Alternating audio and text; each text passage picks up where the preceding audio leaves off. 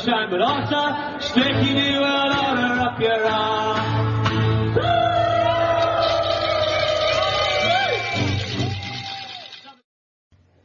Hi all and welcome to the Truth, Honour and Integrity Show. My name's Thomas Williams. Is it that time of the week again?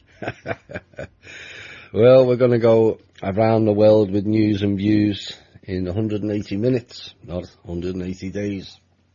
And like last week, we kind of mixed the show up. The news will stay in the first portion of the show.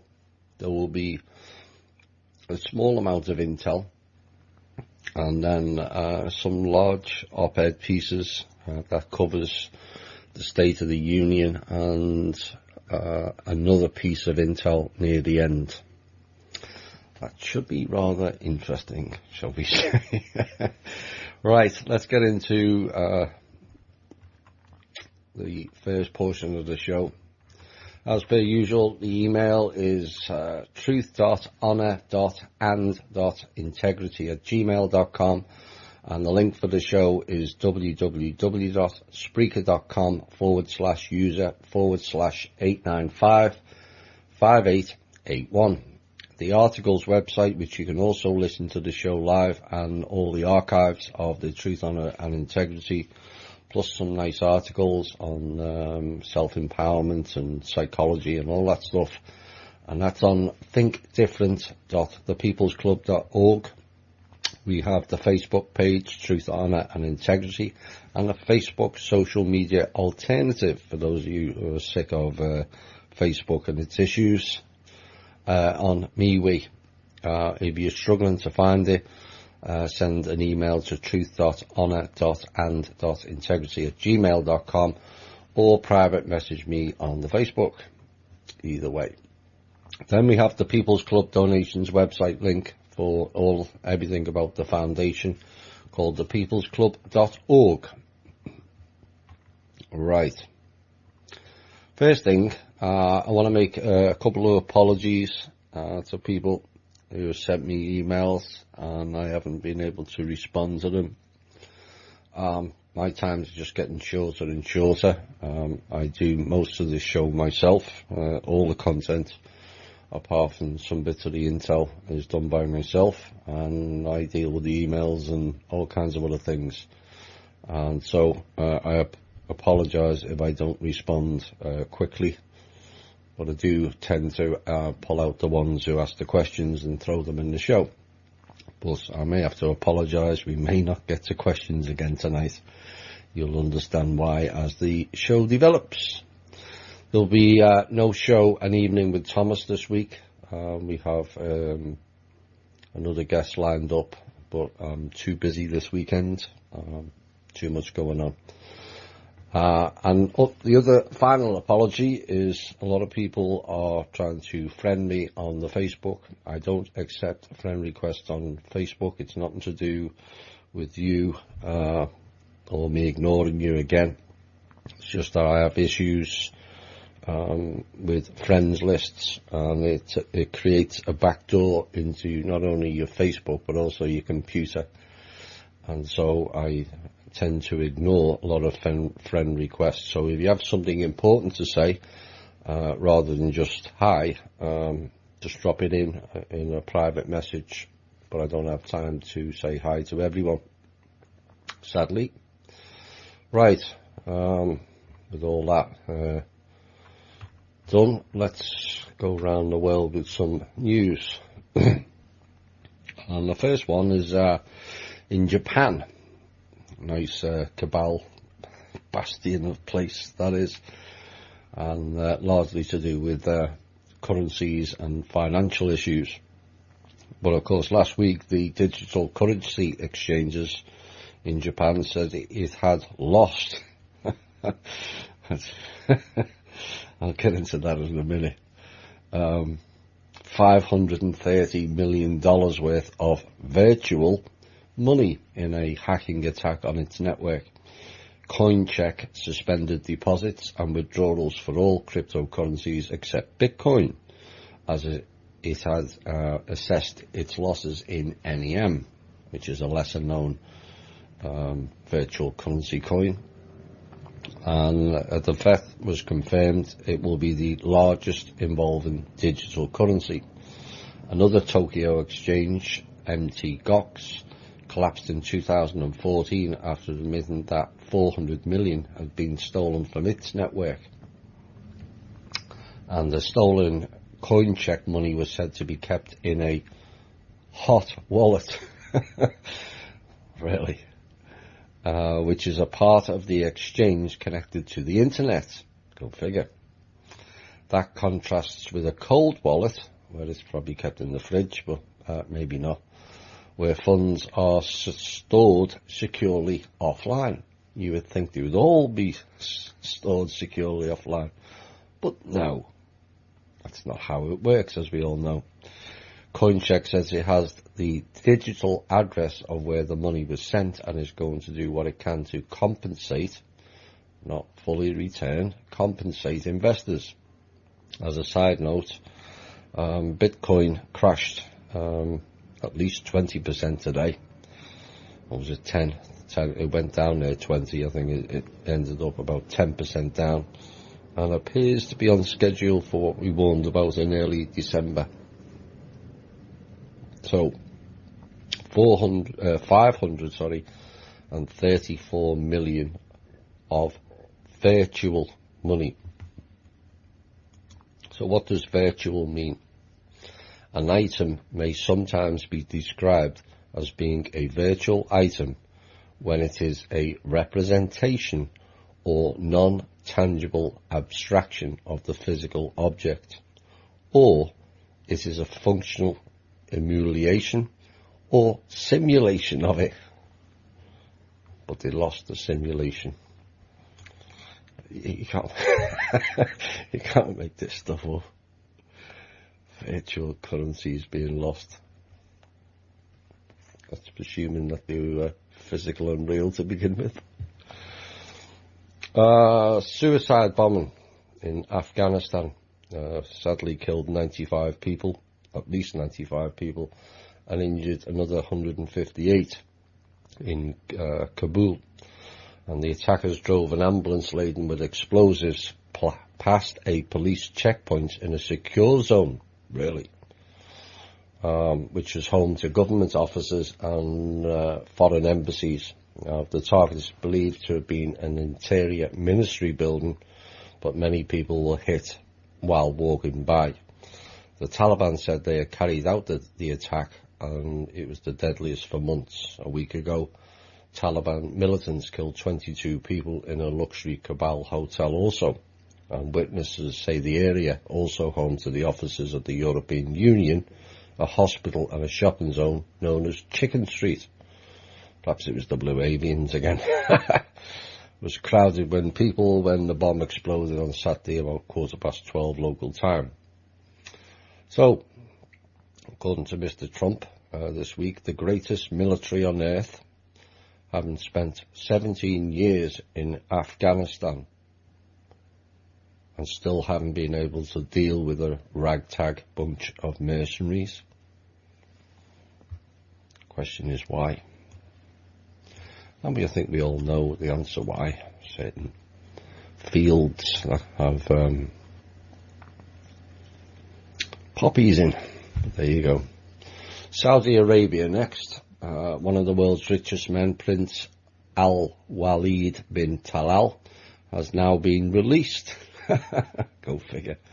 2 months after being detained in Saudi Arabia's anti-corruption purge.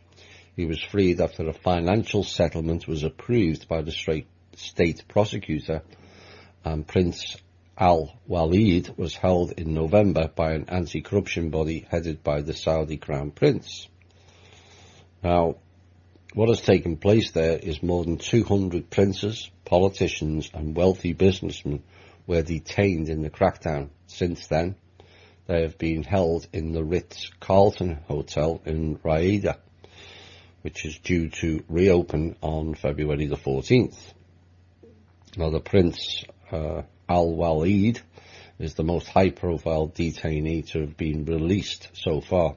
And speaking to a Reuters news agency before his release, he said that no charges had been laid against him and expressed support for the Crown Prince Mohammed bin Salman. Really? So they were held in the Ritz-Carlton on an anti-corruption charges. I wouldn't call our prisons Ritz-Carlton or any other prisons, but there you go.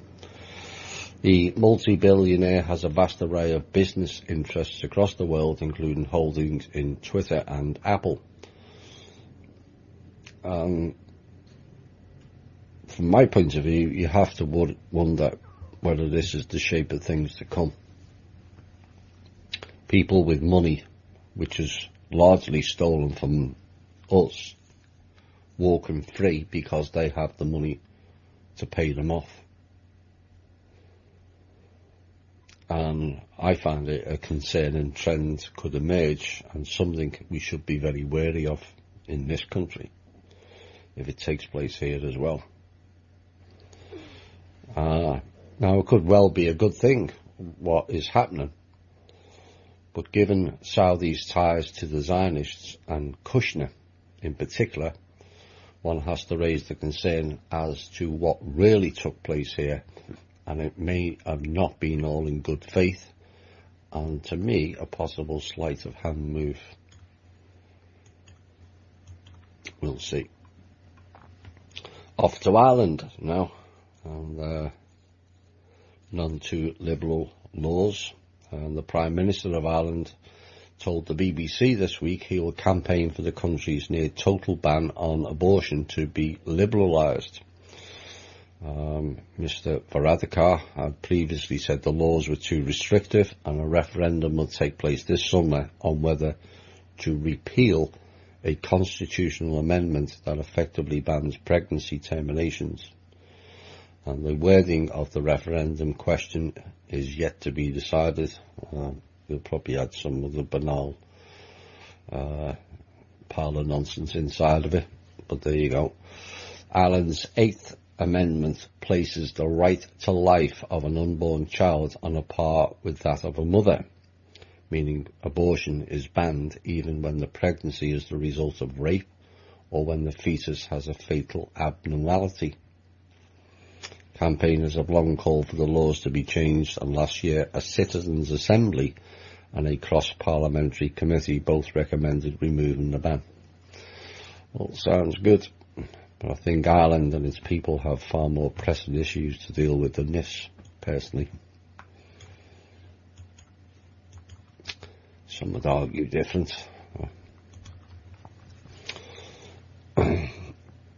A story, where do we go next? India. Next two stories are both from India. But this highlights what's wrong in this world in many ways. These two articles from India. A 22-year-old man was hacked to death in daylight on a crowded road in southern India. His wife survived the attack and went on to testify against her parents and a campaign against the scourge of the caste. On the last day of his life, Shankar and Kausalya woke up around 9 in the morning in their village hut, and they'd only been married for 8 months. They travelled via a public bus to the local market, and they wanted to stop for some new clothes for Shankar, who had attended a function at his college the next day. Now, they were both kind of hacked at, and the autopsy surgeons found 34 cuts and stab wounds on Shankar's moderately nourished body, and he died of shock and hemorrhage due to multiple cuts and stab injuries. And his wife, Kazalia, spent 20 days in hospital, her face swathed in bandages and waiting for 36 stitches to heal, and also a bone fracture to repair. She told the police from the hospital bed that her parents were responsible for the attack, and whilst they were doing it, the parents were shouting, "Why did you love him?" Why? What is the reason for the attack? Because he married a woman of a higher caste. 2018, and they're still playing the divide and conquer game. You think racism applies to just Western countries? There it is, all in place still today. You know, this largely goes back to the interference in India by the British and the Dutch and the East India tea companies, where they created an establishment, the Raj it's called, and they all live like kings in palaces while the rest of the people live in on the street or in tin shacks. It's not good. And killing somebody and stabbing your own child just because they were marrying out of the caste really needs to be addressed. And India should be brought up for human rights. You know, they're fond of blaming China for human rights, and let's be honest, the human rights is not that much better than America. It just gets covered up more. But India needs to be looked at, because that is shocking to me. The desire among parents in India is another shocker, to have sons instead of daughters. This also applies to China. Has created 21 million unwanted girls, according to a government report. And the finance ministry report found that many couples kept on having children until they had a boy. This is part of keeping the family name going. It's a lot more of an issue in the eastern part of the globe, keeping the family name going. So they all want a boy. Of course, China had the one-child policy, and most wanted just a boy so they could keep the family name going. It's also ridiculous. And basically this is a subtler form of some preference than the sex-selective abortions that takes place in India, but warned it might lead to fewer resources for girls, according to the report. The some preference was a matter for Indian society to reflect upon, they said, and the authors also found that 63 million women were missing from India's population because the preference for sons led to sex-selective abortions and more care was given to boys. Tests to determine a fetus's sex are illegal in India, but they still take place and can lead to selective abortions. Terrible. What's it terrible? You know, a lot of media goes on about the Saudis are bad, they don't look after women and this and that, and the focus goes on certain countries. China's human rights is not good. We heard Trump talking about North Korea's human rights. But what's the UN for? Oh, clearly we all know it's not for looking after people, is it? Maybe as we go further down the line with this country sovereignty issue, these types of outdated divide and conquer, no matter what country or culture, needs to stop. You know, you got people in the Middle East that insist women must be clothed head to toe and they must walk behind them. Again, it's also ridiculous. And something has to be done in India and China in particular about this boys only. Casino mogul Steve Wynn, got a lot of high-profile hotels in Vegas, resigned on Saturday as the finance chairman of the Republican National Committee amid allegations of sexual harassment and also assault. Mr. Wynn had been a prolific Republican donor and led the RNC's fundraising efforts during President Donald Trump's first year. And he also helped the committee rake in more than $130 million. You think that would be better going to the people, but there you go. And the RNC chairwoman, Ronna McDaniel, said today, "I accepted Steve Wynn's resignation as the Republican National Committee Finance Chair for sexual harassment." FBI next. The Deputy Director and President Donald Trump, repeatedly accused of political bias, has resigned, and Andrew McCabe was pressured, allegedly, to quit by FBI Director Christopher Wray in advance of an Inspector General report examining the agency. Mr. McCabe was reportedly due to retire on March the 18th, but has now quit on gardening leave.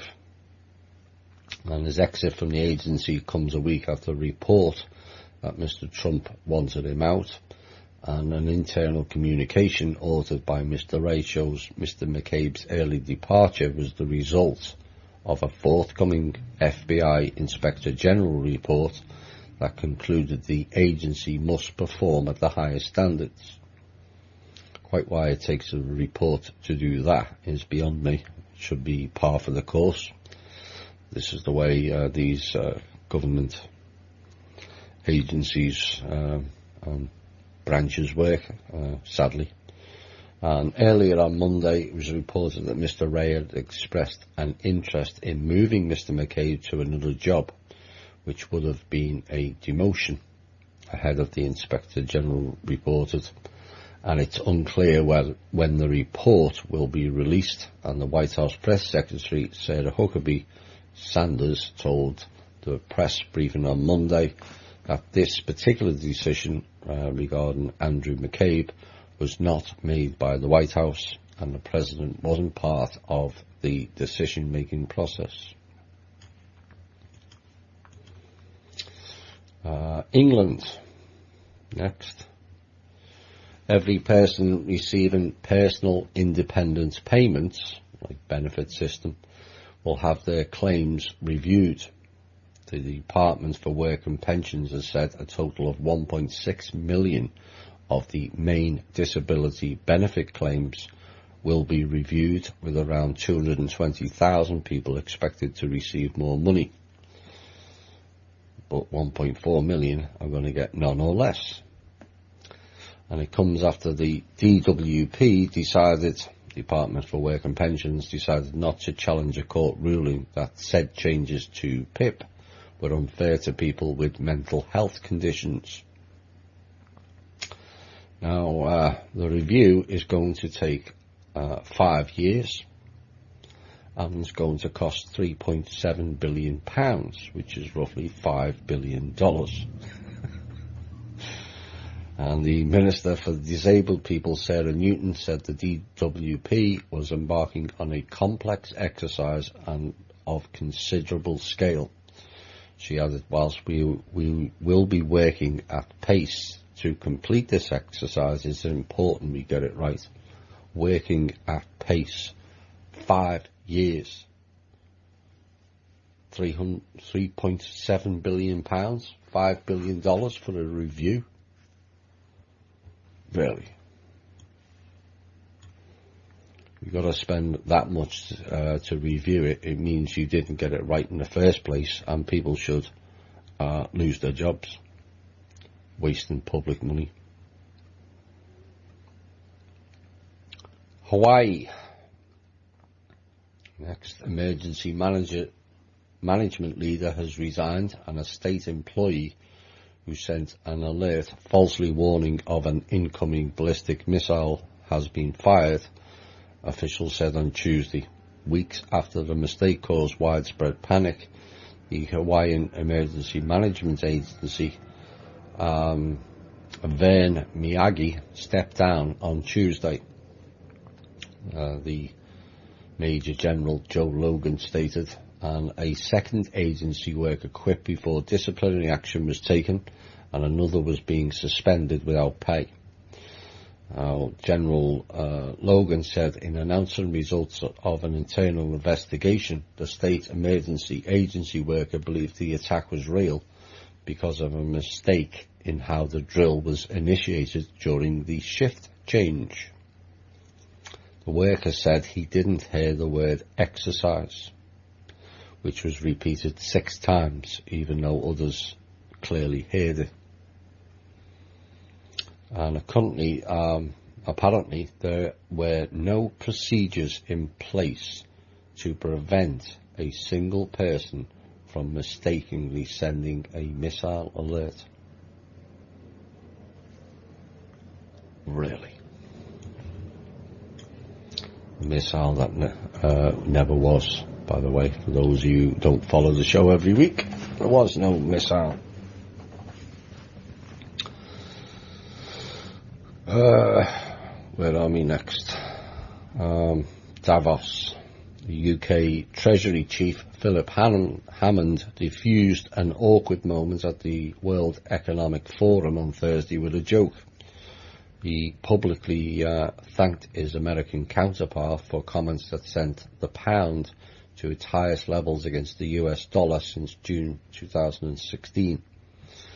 And he said, Steve, thanks very much. Hammond told US Secretary Stephen Mnuchin, or perhaps it's just easier to say Stephen Munchkin, kind of fits really, during a panel discussion in Davos, Switzerland. Investors interpreted comments made by Mnuchin on Wednesday as an endorsement of a weaker US dollar, and the currency fell to its lowest level in over 3 years as a result, forcing the Trump official to clarify his position.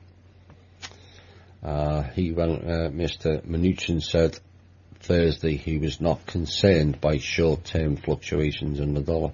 It's not short-term. It appears it's collapsing against all currencies.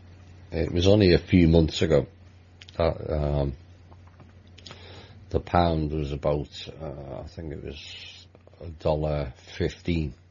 It's now $1.43. That's not a short-term fluctuation. That's a hefty collapse, and it's collapsed against the Canadian dollar, roughly 14%.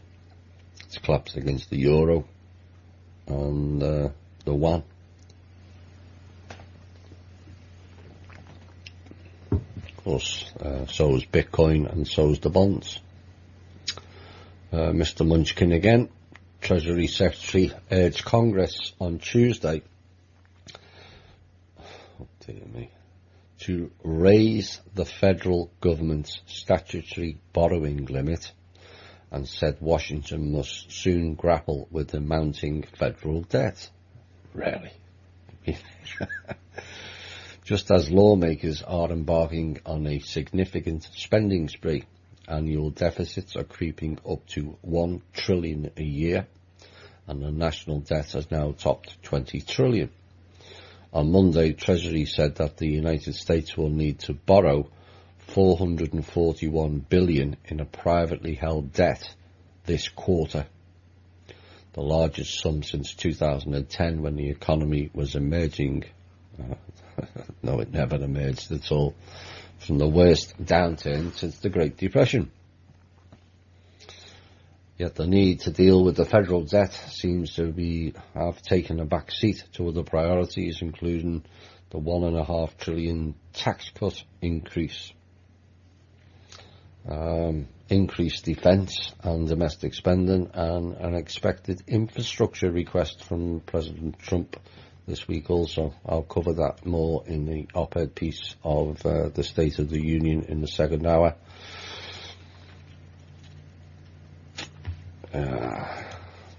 These people. Where are we next? Let's go there. A music edition. Well, it's not music, but these next two are going to complete the news section. and something I've been warning over a long period of time, what we're dealing with here. And inserted in a sweeping House bill introduced earlier this month called Securing America's Future Act of 2018 is the establishment of a new biometric national ID card for all Americans that have privacy activist sound alarms.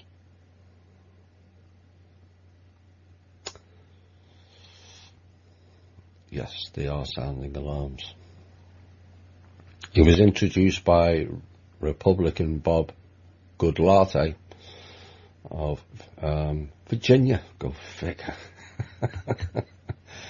HR 4760 encompasses issues such as education, homeland security and the military, and buried in the 400-page legislation is the new mandatory national identification system in which citizens would be required to carry a government-approved ID containing biometric features. The bill states that anyone seeking employment in the country must have the card. I think this kind of fits. In jeder Stunde, an jeden Tag, nur zu denken an Deutschland, an Volk und an Reich, an unsere deutsche Nation. Unser deutsches Volk siegt ein!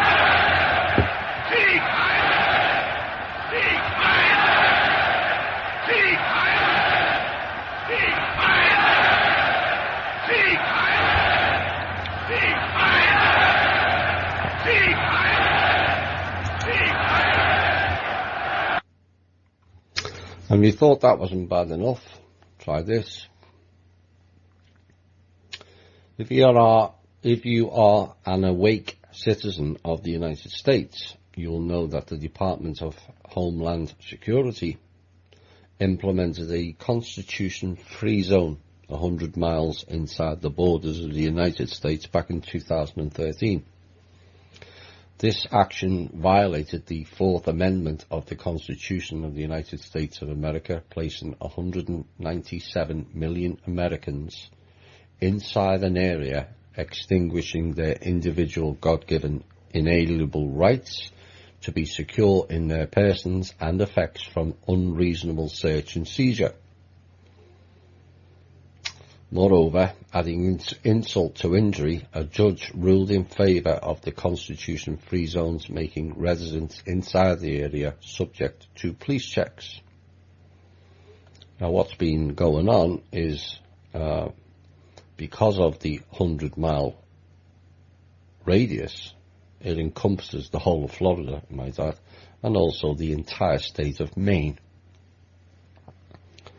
And people in Maine are now experiencing what can only be dubbed as citizen checks and papers please on buses travelling from Fort Kent towards the state interior, and making periodic checks on buses originating in Bangor. Yet again, we'll now go into a music break, but I'm going to play that piece again, because that's what we're dealing with. In jeder Stunde, an jedem Tag, nur zu denken an Deutschland, an Volk und an Reich, an unsere deutsche Nation. Unser deutsches Volk siegt ein! Sieg ein! Sieg ein! Sieg ein! Sieg ein! Papers, please, indeed.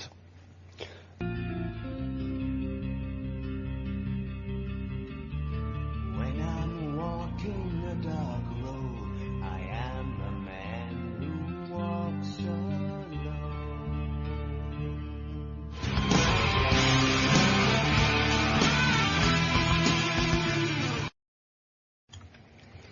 Hi all, and welcome back.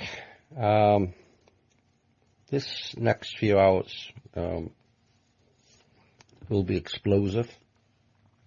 There'll be no holding back. There will be a piece at the end that's rather interesting to many. offers a solution and a path forward.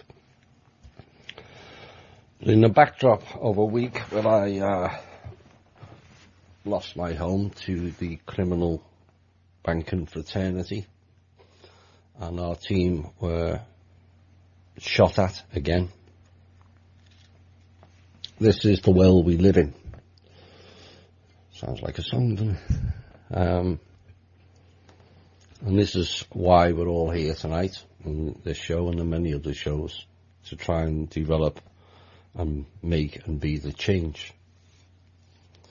So I put out a few cryptic things this week, seeing as people like all those cryptic posts of the entity known as Q. So I put a few out. And one of the things I said was maybe Mr. Trump will say something in the speech. Given what I knew had taken place last Saturday. But we'll get into that in a minute. The intel for this week, there's going to be more later. But the short pieces are Neil Keenan has decided to chime in again this week. Neil and his team of alcoholics. All very conveniently Neil following the release of the first live banking codes recently by our team, and in steps Keenan with his hidden partner Robert David Steele, who both operate for and on behalf of the CIA and their Asian faction Chinese elders, who are supplemented by the Rothschild family. Nice little cesspool of swamp material there, I might add. Now, Neil has apparently offered his book of codes to Mr. Trump. The question is if Neil Keenan had the real codes for the last 4 to 5 years when this country was going bankrupt, maybe he should be done for treason against the American people. The reality is Neil doesn't have any codes. He doesn't even have the right book. I've seen the correct book, and that's not it. And basically what they're doing is muddying the waters again with the Sukarno-Marcos bullshit that we all had to go through 3, 4, 5 years ago. Except it all went out in the last 4-year loop. It won't be part of this one. And someone needs to tell him that Trump has the real banking codes. You know, the ones that actually work, Neil. All the other codes will not work and haven't done for the last 5 to 10 years.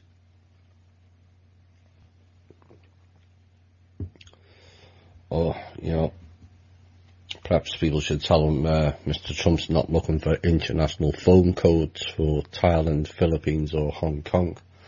He's after the banking ones so we can get this country started again.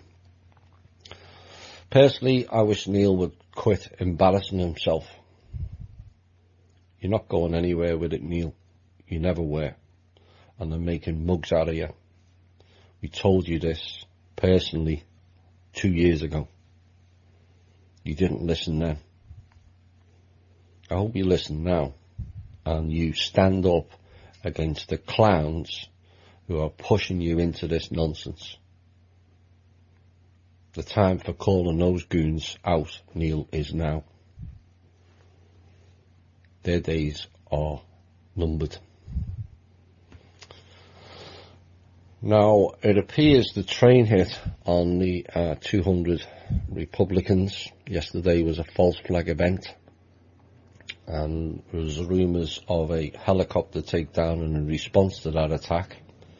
I've yet to get full details or more clarity on that. So at the moment, it's kind of speculation. It's not nailed on, but it's looking that way. There was also possibly another event when a military plane went down from the Nellis Air Base drill that also may be related to the current ongoing war. Right, let's get into the op-ed pieces. Politics is the last refuge of a destitute mind. And given what we heard this week, you can't argue with that. There's a quote from 1689 by Hugo Grotius. How far this poor government has been abdicated, renounced, deserted and forsaken by malfeasance, misfeasance, nonfeasance, and at last by an utter dereliction, I need not repeat, it being too evident to all, but those who will not see, than whom there is none so blind and incorrigibly ignorant. And for those of you who saw it, the State of the Union, the title of the speech was allegedly misspelt. Instead of union, we got uni-om. Now, I could go on all night as to how poor our education system is here in this country and make the excuses for the misspell. But maybe it wasn't a misspell at all, but a deliberate word magic spell cast to take the piss. UN, first two letters, as in United Nations, who seem to think that they own the world and all its resources. aka Paris Climate Treaty Agreement, who hide sneaky passages in the middle of the bills to enforce it, until certain people spot it. And the final three letters, IOM. Think it's a misspell? Well, if you Google IOM, what you get is a group known as International of Migration. Sound familiar? Should be. And who operates International of Migration? Under which banner? The UN. Make of that what you will. Now, one of the most intriguing quotes, which may be something and maybe nothing, was stated, and I'll quote, "Our military is no longer undermined by artificial timelines." There are so many connotations to that statement. It didn't really make sense in the context he was saying it. Right, so here we go. This is my opinion of the State of the Union, knowing what had taken place in the 3 days prior. And we'll have details of that later. So Trump delivered his State of the Union address, and quite frankly, that at best was a disappointment. At worst, propaganda of the worst kind. Trump came in the theatre. It's the Assembly building, Thomas. Yes, I know, but it's still the theatre. He came in my opinion, and Chloe's, we were both watching it, looking decidedly plastic, like a Bart Simpson cutout, fearful and a very uncertain gait. He was kind of ignored by the military and the justice people near the front on entrance, which I saw as a good sign. Maybe he'd rattled them a bit. But then he delivered, in my opinion, a stumbling, vomit-inducing delivery for and on behalf of the synths and the deep state. Replete with the usual all-American programming of how great we are at everything, bordering on racist, devoid of any real change, devoid of ongoing alleged issues, like the memo, the multiple firings over the past year, whether Anne was going to be arrested, And did anyone not notice the droid wasn't in attendance? Oops. Perhaps the theatre had too many stairs, you know. The speech was hideously patronising, and it was a massive slap in the face for all the American people, and none more so than the alternative community. But maybe that's what we deserve.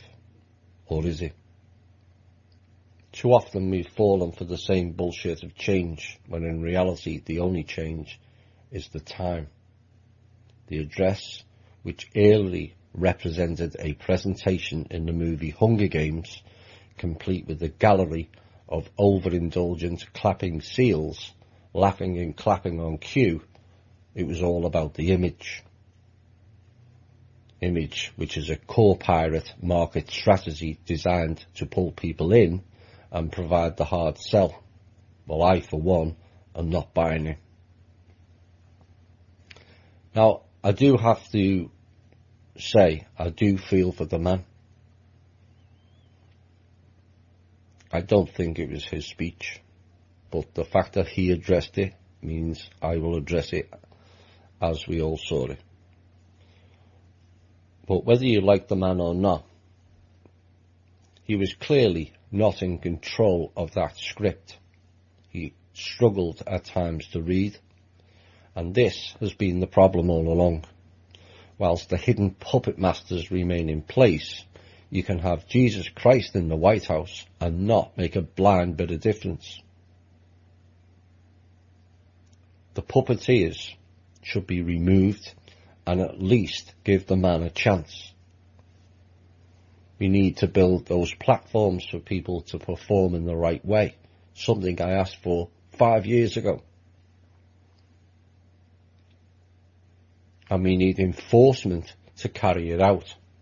Again, mentioned 5 years ago, and again, we still wait. Why? Because those who talk brave are clearly not by their actions, or should I say, inactions.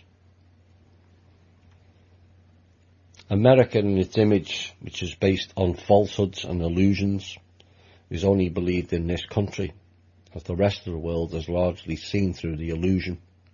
And I am, for one, sick of this false image and fakery of all is well and great when it's clearly not. But he's going to release a memo and all will be well. Great, but what happens next? Until then, we need to wake up, as this government is currently operated by people who are pandering to the alternative community and at the same time taking the piss out of us. They already know the synths will follow and believe everything. And based on that, on Tuesday night, they are trying to convince us of the same thing. And only when it becomes too obvious will people react. By then it may be too late. Only when we change will the real changes be forthcoming. Now, during the speech, there was the usual mention of the terrorist ISIS, and yet never mentioned who operates or funds them. The usual stabs at countries without a Rothschild's bank, Cuba, Venezuela, and the cringeworthy anti-North Korea piece that resembled a classic propaganda-driven agency script, right out of Langley. Again, forgetting the atrocities committed within our own borders. Again, overlooking the vast expenditure of the American people, who, if I judge it correctly, are completely sick of our sons and daughters playing the world's so-called police. Which, after we've invaded certain countries in the now frankly ridiculous statement under the banner of freedom, it creates a plethora of hate and venom towards this country and its people. In essence, creating terrorism and threats, not preventing it. A mention of threats, Russia and China, poses and echoes what General Mattis stated recently, threats to our economy. Really? Are we the only country allowed to trade? This stupidity has gone on for far too long. How about let all countries share resources? Then nobody is a threat to anybody.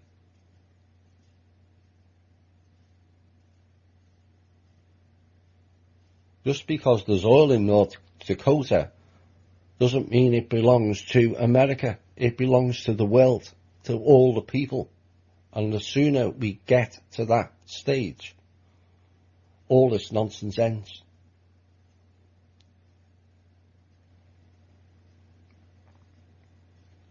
It's utter madness, and the other classic of a threat to our national security. Everything's a threat to national security these days. If everything from China is a threat to our economy and national security, how and why did we end up with a huge trade deficit to them to begin with? Please explain that one.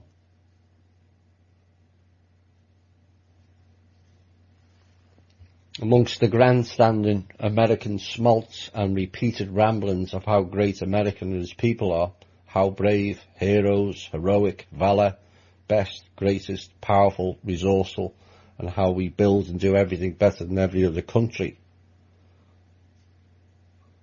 If it is all so great, why is an emergency spending bill required for $1.5 trillion to build our infrastructure? If everything was so great, why is it so many of these great citizens, as he called us, are treated so badly and with such disdain, if everything's so great? You wouldn't treat an enemy that badly, so please spare us and the rest of the world with the vomit-inducing wailing of how great America is. We're not. That is clear to all and sundry. We have to rebuild, top to bottom.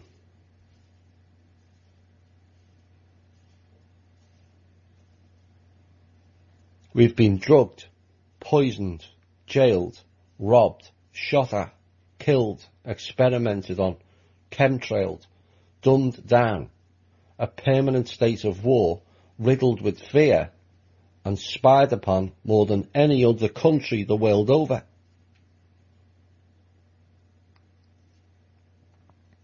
And only when all of the aforementioned ceases or drastically reduced can we even begin to listen to politicians telling us how great and loved we are. Clearly we are not.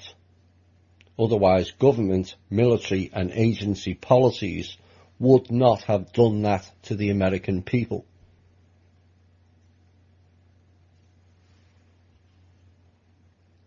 America, we love you, but chemtrail spraying continues, foreclosures continues, and various other atrocities against the so much loved Americans. And frankly, we are tired of listening to that total bullshit. Jobs increased, wages increased, and yet, where is the actual evidence of that? Because I'm not seeing it. The stock market increase was much hailed. It increased by 8 trillion. Woo! How has it increased by 8 trillion when the majority of the Fortune 500 companies are laying off jobs or closing down? It's all an illusion, Mr. Trump, and no amount of spin will fix this country. Which, in case you all forgot, we've been operating on IOUs from the DOD for many months now, and still face another budget decision next week. The attacks and the will to take on the opioids and drug issues is a welcome move in my opinion, but again, no mention of who is the biggest dealer and addressing them for putting it deliberately onto our streets. Nothing. The other plus was the move on cures and lowering prescription prescription drug costs. And I was also pleased to hear of the 1,500 VA people fired for not providing correct care for the veterans, and a promise to look after them better. Good stuff. But the one thing that intrigued me, I don't know whether anyone's even mentioned this before, or questioned, maybe they have, I don't know, is why the military is not responsible for looking after their employees.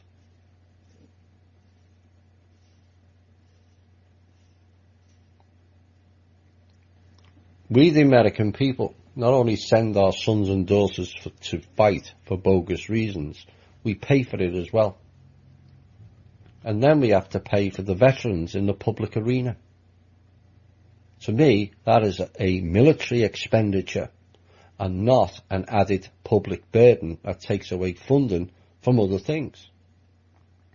It's not like we've been penny pinching with military budgets, is it?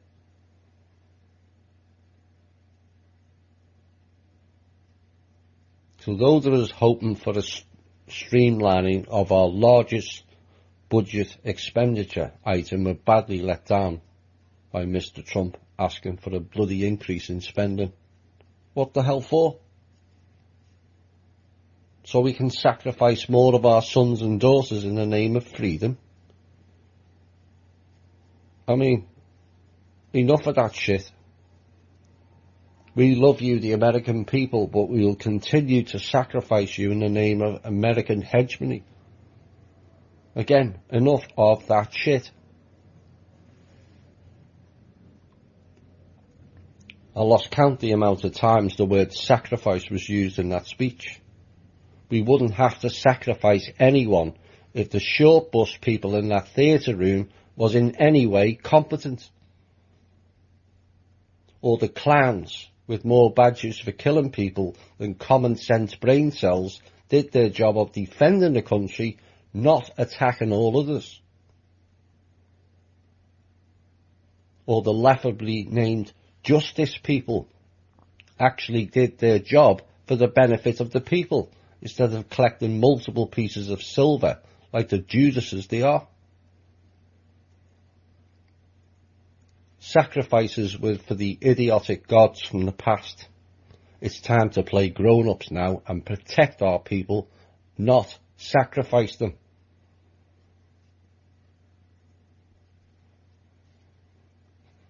The nation has lost its wealth, Mr. Trump announced. No shit, Sherlock.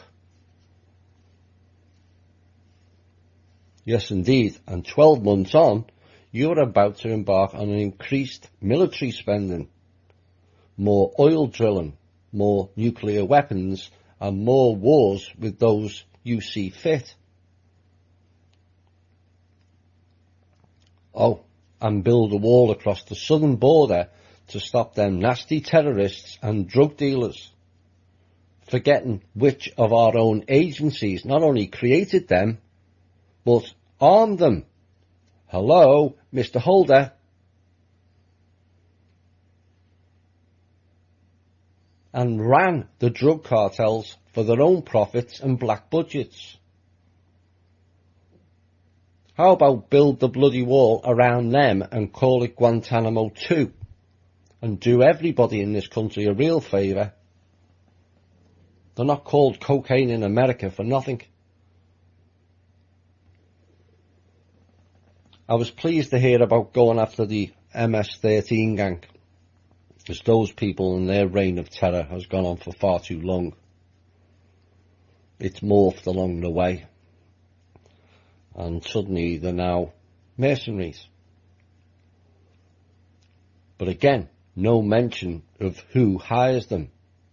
Hello, Schiff family, aka Bush, or the goons in Virginia, both of which are heavily involved with them and actively supporting the MS-13 gangs.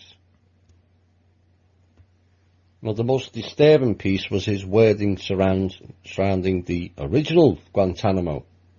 Not only keeping it open, despite not adding a single detainee since 2007, 11 years now. And we, the American people, are still paying for it, but espousing a greater use for it.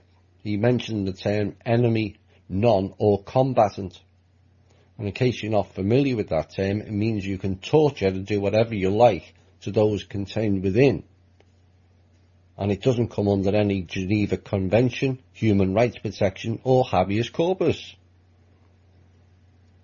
What are you going to do next? Call all Americans enemy non-combatants. Papers, please.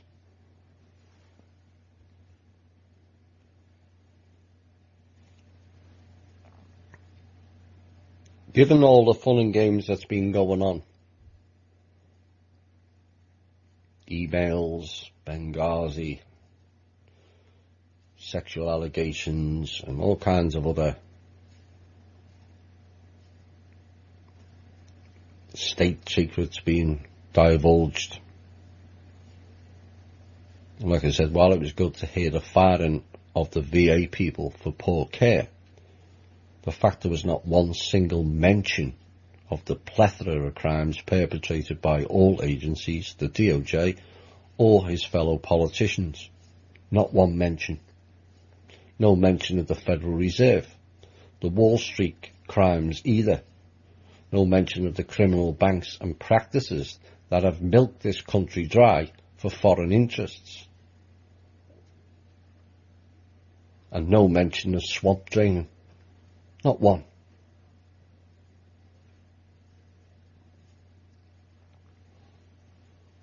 But he couldn't resist, could he? Proudly mentions the new capital of Israel in Jerusalem. And in case anyone failed to notice, cue mass cheering from the happy clapping performing seals in the gallery. Pretty much the loudest cheer of the night. I thought it was about making America great again, not Israel. And yet again, our politicians are hampered and straitjacketed by foreign policies to countries who frankly don't give a rat's arse about America.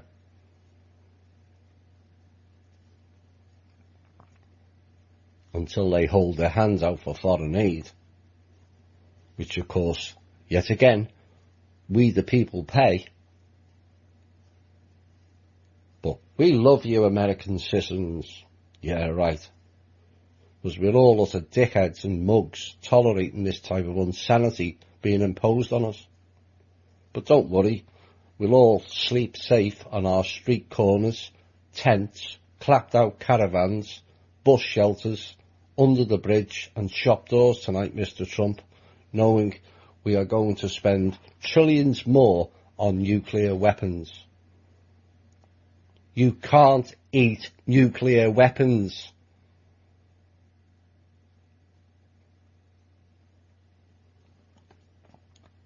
Tell that to the 1 in 5 kids in America who are living below the poverty line, or the 47 million Americans on food stamps, or the majority of people in this country who have jobs, working at least 2 jobs just to get by,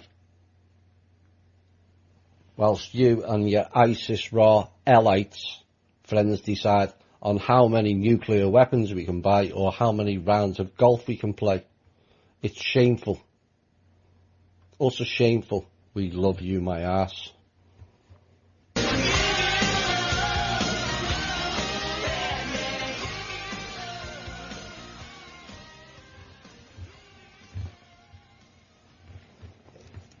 Hi all and welcome back.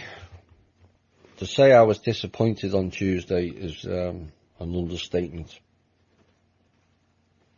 I just can't stand that level of fakery. Telling people that we're loved and all this and everything's great, and clearly it's not. And clearly we're not. They haven't given a rat's ass about the American people or any other country's people for a long time. But there are solutions, and progress has been made. We will have more on that later. People have been asking about the AI.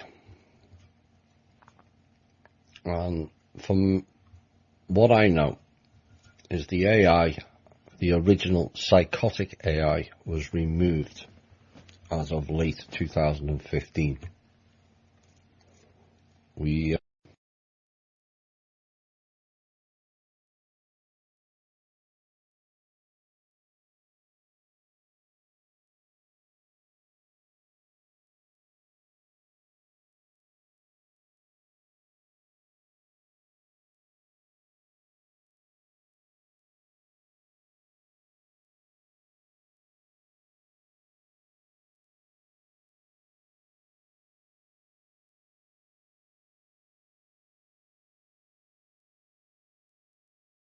taken out of service. And if the new one that came in would appear to be beneficial, given the push on the ground to develop AI that's ramped up since beginning of last year, which ties in with the old one going down, and it's certainly increased a lot. Now, the reasons for them creating one is so it can compete with what it would appear to be a neutral or beneficial AI present. Either that, or they have nothing left and need to control the people on a vast scale, and they currently can't cope with themselves. And this is why there's a push for AI. They can't control it all. They need the AI. They had other entities that could control things for them on the surface. Those entities are no longer here or no longer interfering. Hence the rush for another AI. It won't work. None of their big plans have worked. So I hope that clears up the issues of the AI. Now, questions came up last week, repeat, over the rods and their purpose, and whether it's reinforcing the construct via geometry, ancient symbols, and certain computer numbers mimicry. As I understand it, it's about stabilizing this planet. Yes, we have a new one, but not all are going to the new planet. Some are just not ready. I think we can all observe that. And what if the rods are a rescue mission in essence? Again, this is a theory, I'm not stating it as fact.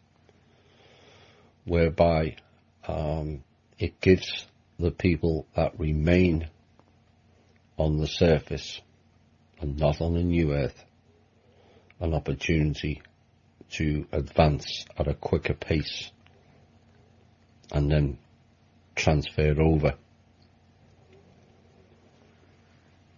You know, some people don't like the idea of the planet being skewered, and I get that, but it's being skewered left, right and centre for the benefit of oil.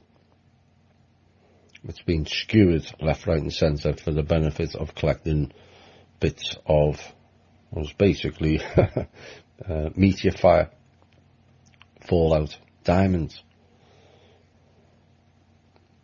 and all the other metals that we've used in our industries. People could argue, well, that's not really going to help, but it will. It will adjust the planetary balance back to the upright position after it was knocked off its axis by the Atlantic War, which will then make the planetary weather systems more temperate, less severe colds and less severe heats. and it will also carry an energy signal that will be hugely beneficial right round the planet. You know, everyone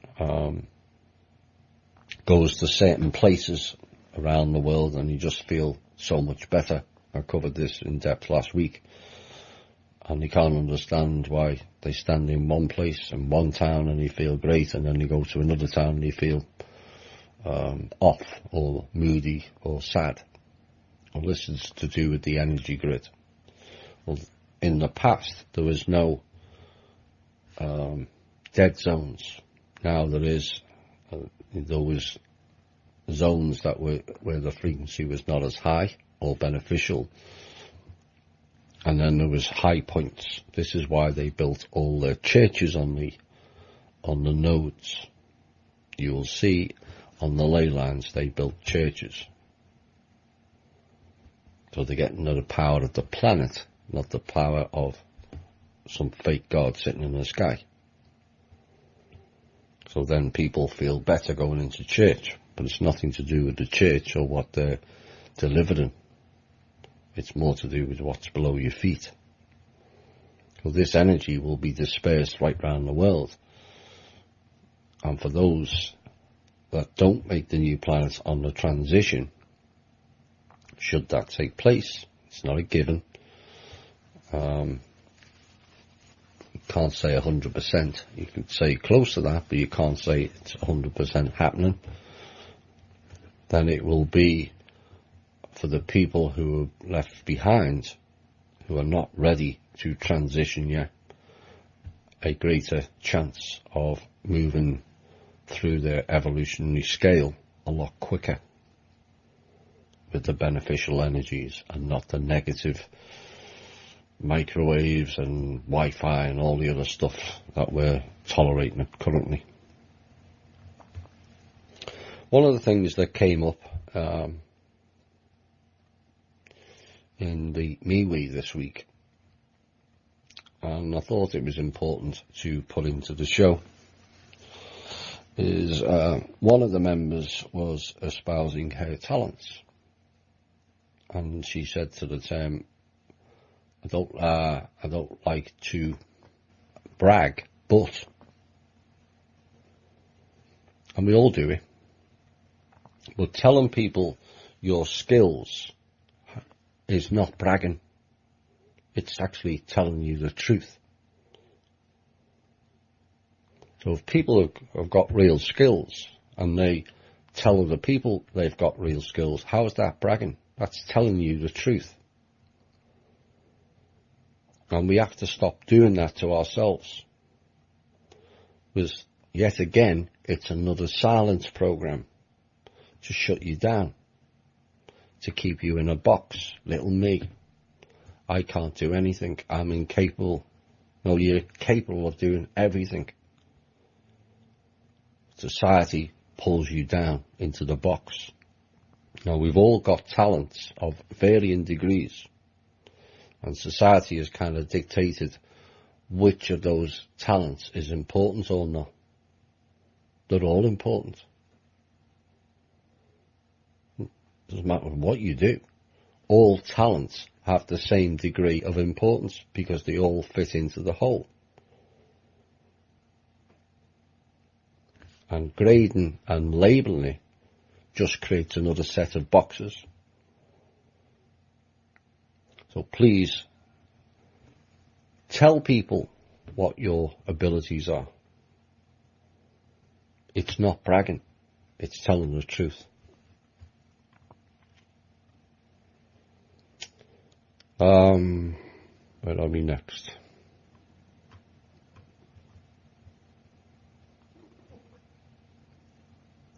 I'll leave that to... Alright. A word of warning for the attendees of the Super Bowl. I think you're all aware of that nonsense now. But is it called Super Bowl? Or is it called Superb Owl? Think about that. all hail and worship Moloch. Another stupid owl statue where the idiotic politicians run around in the nude playing with each other's genitals at Bohemian Grove, all worshipping to Moloch. And it gives Moloch masses of louche energy, like the election farce and the bizarrely called Thanksgiving, which celebrates a British mainly massacre of the native population. Maybe this is another American cultural event we should bypass. Why is it called the Super Bowl? Or is it really Superb Owl? Now, until these clowns get the message, we're not falling for their rituals anymore. Perhaps we should stop paying attention to it. And a word of warning, the security for the event, like the Pulse Florida nightclub, G4S, will be running the security for the weekend cabal ritual piss take event. Because that's basically what it is. You know, there'll be some people interested in the ball game, but a lot of people are interested in the ritual event of the half time. Give it a miss.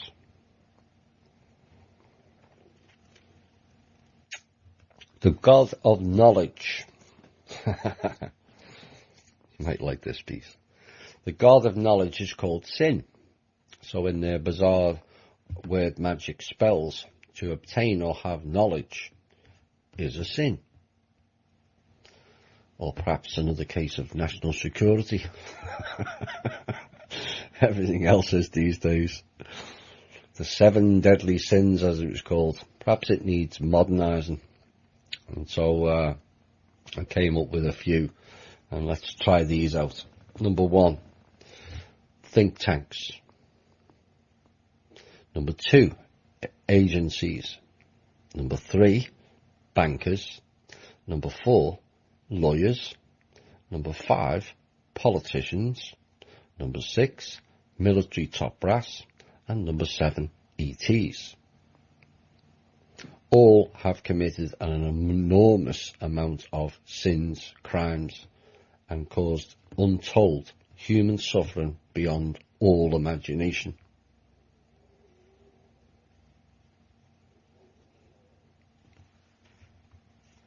Perhaps they should be the new 7 deadly sins. Now, my focus, people that notice the changes in the show, is less on the cabal and more on us, and has been for a while now. And the reason why is their time is short either way, and their fear is palpable. They're not used to fear, and so the judgment is already on them.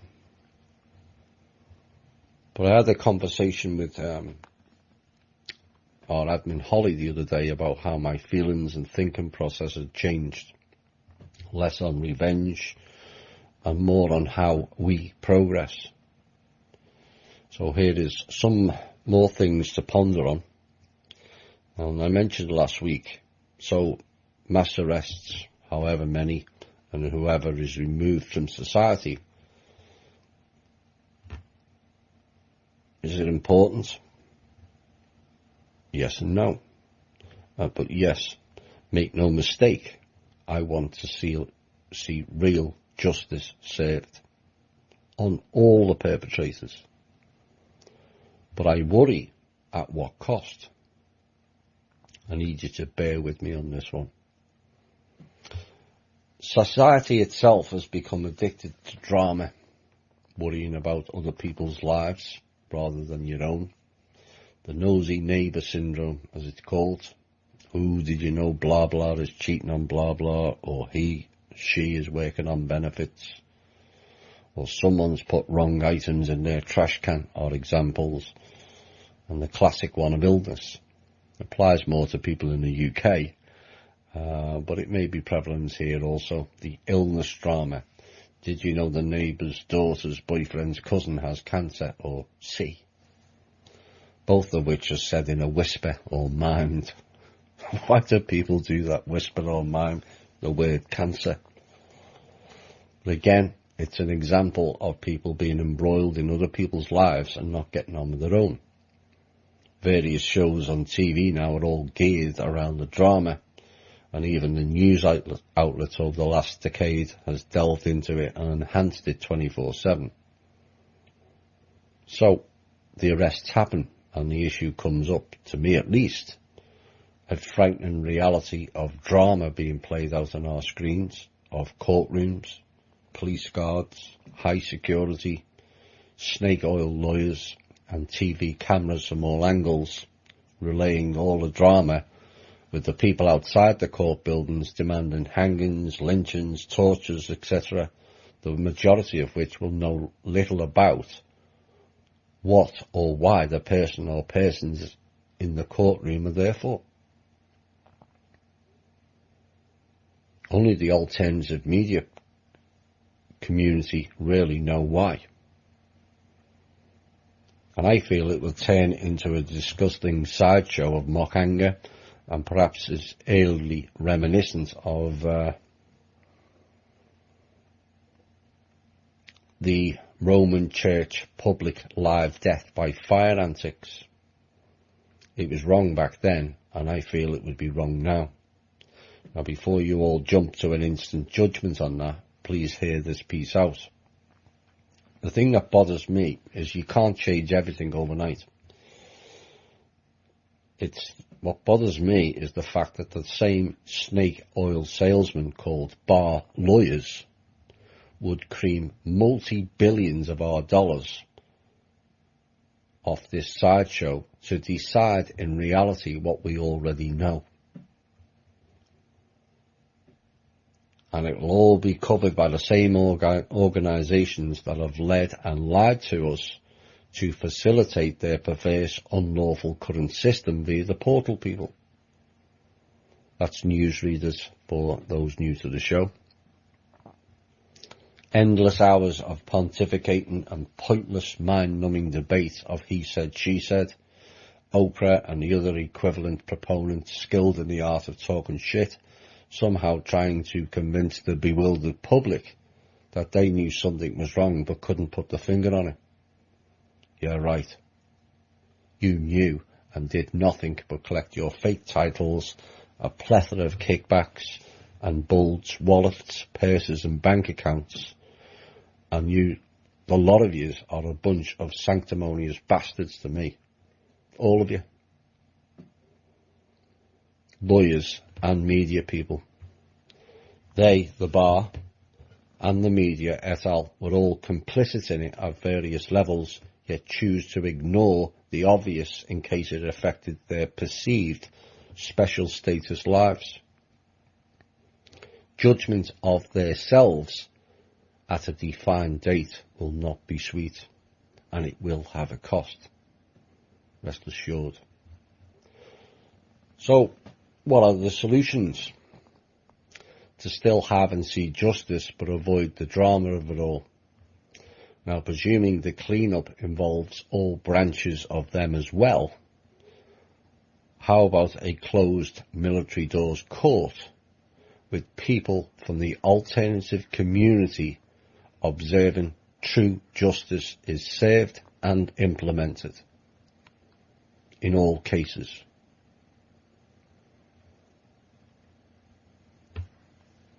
And not some secret deal that can't be released because of Nazi security.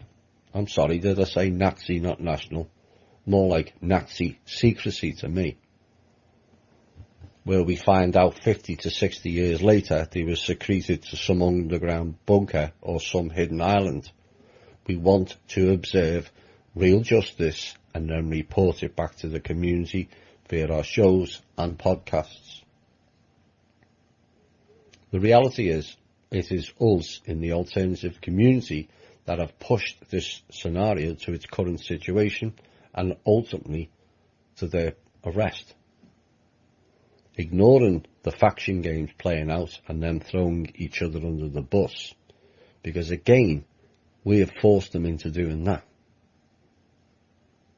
With our relentless pursuit of the truth and also justice. So I feel strongly we should be represented in that process of justice. And it comes with a delicious serving of irony loaded into the mix.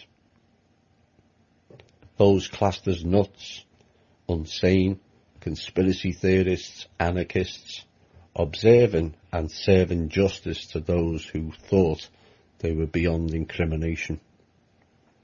Oops. I hope Mr. Trump makes that happen. My thinking.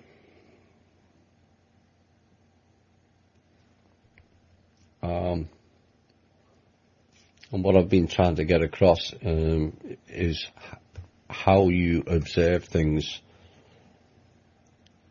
is the way forward for us all. And I've mentioned a number of times about going into an overview mode. And it's more important now than at any other time. We did warn ahead of time the information stream would reach overload, where you would struggle with it. Because there's just too much coming out all at once now. And that's deliberate in a way, designed to scatter you. And one of the main and many obstacles to higher learning is being mired in the midst of all the narrative and subsequently picking apart every little nuance of the information. Arguing opinions and exhibiting cognitive dissonance all come to the fore. So it resembles a ramshackle theatre show, filled with drama and distractions, and too often the key point of the narrative or inference is missed. Now, an overview thinker will read 1,000 words, but one sentence will appear to be in bold and bigger font, and yet all 1,000 words are non-bold and the same font. But the overviewer will see that one sentence. And the same applies to listen to a show. Much of it in an overview is just a drone of words. But your instinct tells you which part to take notice of. And it's a cool skill to have and also work towards. Once you achieve or go into the overview, you're then able to see, assess, perceive in a clearer and more defined path, and it is the key to perceived wisdom. You see the patterns. It's almost like a long road trip. The signs were all there to get you to your destination, but too many miss the signs due to being distracted. It's beneficial for you now to be in the overview. All this, I wonder what's in this memo and that memo, and you think it's going to say this and it's going to say that. Let it play out. There's no saying that memo will ever be released. Yes, they've promised it, but they've promised all kinds and delivered nothing to date. Absolutely nothing. Like the State of the Union, it delivered nothing.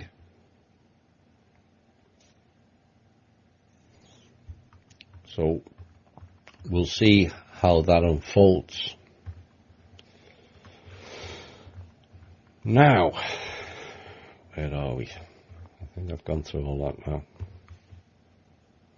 We're going to have a musical break, and then I'm going to relay something rather extraordinary. That's world-breaking news that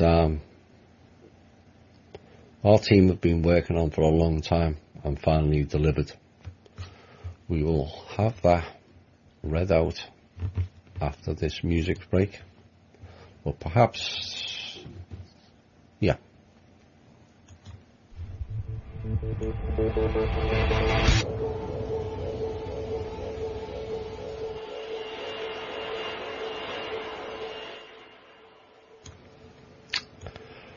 Hi all and welcome back. Right, here we go. This is it is a world exclusive, and we have to give special thanks to Miss Manna and the team, and this is the reason why we've been shot at this week. Because the old guard don't like it. And on Saturday, 27th of January, Manor World Holding Trust hand-delivered a letter to President Donald J. Trump. And it states as follows. I will read it out and then I will go through the bits of it, of what it entails after the end of it. We, Manor World Holding Trust, declare that Manor World Holding Trust recognises the expiration of treaty agreements between various aliases the Trust has had in the past, such as Unknown Country, and the Crown, etc. Further, the Trust declares, as of the expiration of said treaty and treaties, the United States of America as a sovereign entity unto itself, with no infringement on its sovereign rights by any other nation, to include but not limited to Manor World Holding Trust and all of its former aliases. The Trust's former trustees, custodians, corporations and comptrollers. Full sovereign rights include, but not limited to, the right to sovereign territory, mineral rights, to hold and operate embassies, to hold and operate central banks, to hold and operate military and intelligence forces without any other sovereign monarch influences. Further, the Trust recognises the United States of America as an equal sovereign entity. Shall it desire to enter into any further treaty to include the return of any of its properties currently held by separate treaty, both parties recognise each other to be a sovereign entity unto themselves, with no obligation except to its citizens. Manor World Holding Trust formally relinquishes all rights, property deeds and custodianship to the properties within the United States, known as the District of Columbia, also known as Washington, D.C., and any and all governing bodies contained therein, formally governed by the prior liaisons, trustees and custodians of Manor World Holding Trust since 1864. Manor World Holding Trust formally acknowledges its agreements with the corporation formed in 1912, known as the Federal Reserve, signed as an infinite agreement under international corporate law. This term is 99 years.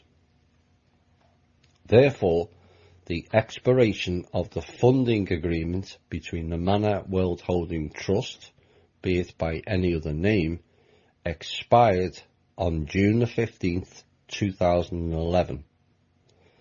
Further, its service agreement with the United States of America expired on June the 15th, 2012.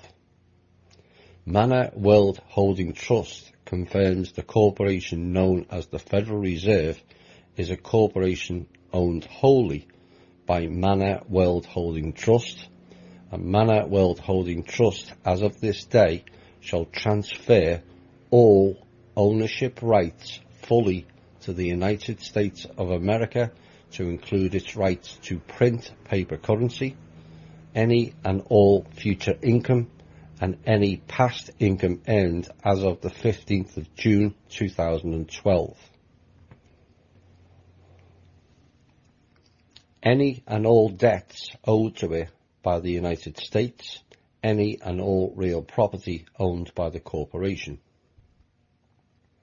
Manor World Holding Trust agrees to work together with you and your appointed representation to return any other properties the Trust may hold on behalf of the United States, to include any dividends now due against any assets it may have pledged in the past. Please be advised, Manor World Holding Trust consolidation assets and restructuring began on the 5th of September 2012 and was completed the 1st of February 2016. As of the 28th of September 2012, I am the sole custodian, trustee, principal, decision-making party and owner. This can be verified through any intelligence referencing the above listed country code. Any former trustee from any nation, to include but not limited to China, the UK, the USA, have held no power over the trust since 2012, when they were relieved of duties due to multiple breaches of contract. Any other nation, society, order, or organisation does not influence my sole decision-making capacities in any other way, nor do I have any superiors. I am not a member for any aforementioned organisations. I act completely of my own recognizance, and this document is valid as a treaty between both sovereigns and is legally binding under international law from this day forward. Signed and acknowledged on the 27th day of January 2018. That is major. Now, I'm going to go through the implications of this, and we're still waiting for a decision on it, but progress has been made. That's what I kept mentioning this week, and that's why I kind of got disappointed with Tuesday's speech, because that should have been included, and the American people should have been told they are now free.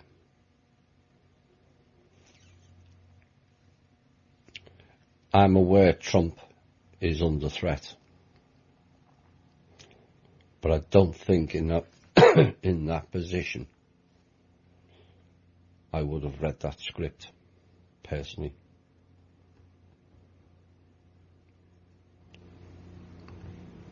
Somewhere along the line, I think I would have broke that script and went off record. So that was done by Miss Manor, as she is known, and the team, known as the foundation people for this show, and it was a proud day. The implications of which will be far-reaching. Now, let me just go through bits of it. The expiration of treaty agreements. Now, basically, this was a contract, another one of those contracts that we've mentioned regularly on this show. And the Manor World Holding Trust was held by Chinese in the past, dragon families, and no doubt Rothschilds were involved, and all kinds of others, all the cabal people. And basically, at the end of the contract, it was taken over by better people, more interested in the funds going for the benefit of the people. It is the people's money not theirs. So there was treaty agreements with, it said, an unknown country. Clearly, with the second word put in the crown, I think it's quite clear who was the controlling country, which was England, Britain. Now, that treaty with America, with Britain as the controlling interest, is now declared void. So America has been enforced as a sovereign entity unto itself, with no infringement on its sovereign rights by any other nation, including the Manor World Holding Trust, including all the people that were the former trustees, and the custodians, and the corporations, and the controllers. But that they're the people who were in control of the World Trust prior to 2012. Rogue elements, in other words. Now, the full sovereign rights of sovereign territory, mineral rights. Of course, you remember me mentioning over mineral rights. Manor World Holding Trust did a deal with the Bureau of Land Management 2 years ago. They're not the issue anymore. It's the Fed. Bureau of Land Management are not an issue anymore. So the mineral rights, which was going to be sequestered by the UN via the Paris Climate Treaty, another one of those bills where they hide bits in the middle of it, and basically what people or countries were signing up was all their mineral rights now and the future would go to the UN under the banner of the Paris Climate Treaty. Except the UN are not allowed to make treaties because they are not sovereign and haven't been since 2013. Oops. Which has been since pointed out. So,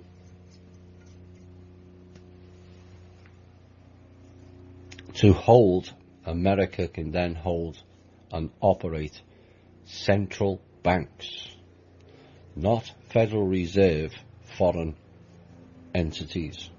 We can have our own bank, where the money goes to America and its people, and not the Federal Reserve and its City of London shareholders. To hold and operate military and intelligence forces, again, I've mentioned this in recent shows, they are outside of American jurisdiction. By being sovereign, it pulls them back in control of the American people and the politicians. There's no oversight because they're not part of this country and haven't been because of the agreements. Without any other sovereign or monarch influences, that includes the Rothschilds, the British royal family, etc., etc., and various other entities. The trust recognises the United States as an equal sovereign. Of course, the trust is the sovereign and it's given equal status. Again, we've covered this in previous shows. And whilst the trust is the master sovereign, they're given, each country who declares themselves sovereign, the right of equal. So there's no overall control from the Manor World Trust, which is the way it should be. Because if like what's gone on for hundreds of years, the World Trust is held by rogue cabal, off-world entities, the Lord and all them people, then they can do as they see fit. But if everyone has the same boat, it makes it much more difficult going forward once the swamp is cleaned. So there will be treaties entered into between Manor World Holding Trust and the United States of America. And once it's endorsed, even though it's already been enforced, it's got to be endorsed. The return of all property currently held by the treaty will go back into American hands. There's a vast range of property in this country that is controlled by foreign interests. Now, the next part is the Manor World Holding Trust formally relinquishes all rights, property deeds and custodianship to the properties within the United States known as the District of Columbia and also known as Washington, D.C. This means that they are no longer separate states. It becomes part of America. So no more laws outside of America where they operate.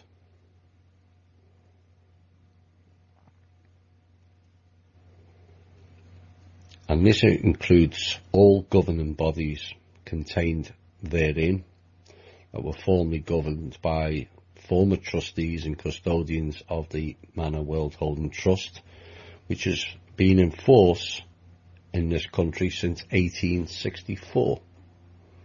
Just 3 years after we last had the organic constitution, and 3 years since after the last proper American government, not USA Inc., which is a wider term, corporations is labelled in there.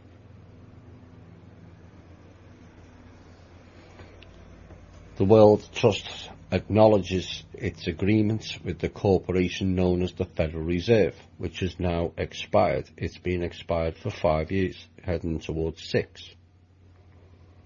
And any further service agreements also expired on June the 15th, 2012.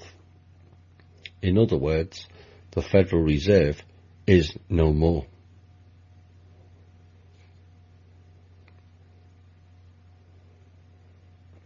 Now, the Federal Reserve was originally a corporation owned wholly by the Manor World Trust. But the Manor World Trust have now transferred all ownership rights of the Federal Reserve, which includes the property and the assets, back to the United States of America. And what it's also done, it's allowed America, the country, not the Federal Reserve, the right to print its own paper currency,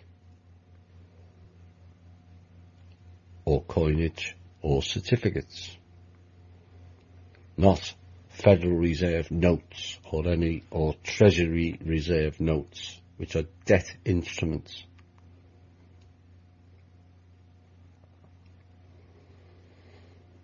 And any of the property that was owned by the corporation known as the Federal Reserve will also be returned to the United States of America and its people. Any and all future income and any past income earned as of June the 15th, 2012, and any debts owed to it by the United States will also be returned to America and its people, and all property as well. Oops. And the trust will endeavour to work with the United States government, and also will return any of the properties and also the dividends that are now due against any assets it may have pledged in the past. So there's a lot of property in the United States that was pledged as debt, And eventually what happens is these clans then decide you can't pay the debt, and they take it off us. That's going to stop, and those assets will be retained. So the consolidation, assets and restructuring began on the 5th of September 2012 and was completed on the 1st of February 2016. And any former trustees from any nation, including China, UK and USA, that have held power over the trust previously no longer hold any power or any parts of that trust since 2012. Basically, they were all relieved of duties due to multiple breaches of contract. In other words, they stiffed the whole people. This fund was supposed to be for the benefit of the people. It's thousands of years old, and it's being used for them to drive their new world order and insane world. No more. So that's a world exclusive in many ways. I don't say those words lightly. Mr. Trump knows about it. All the top brass know about it, and all the other countries now know about it. It's gone right round the world to all the heads of state, and what it needs now is people with a set of balls to deliver what has been promised.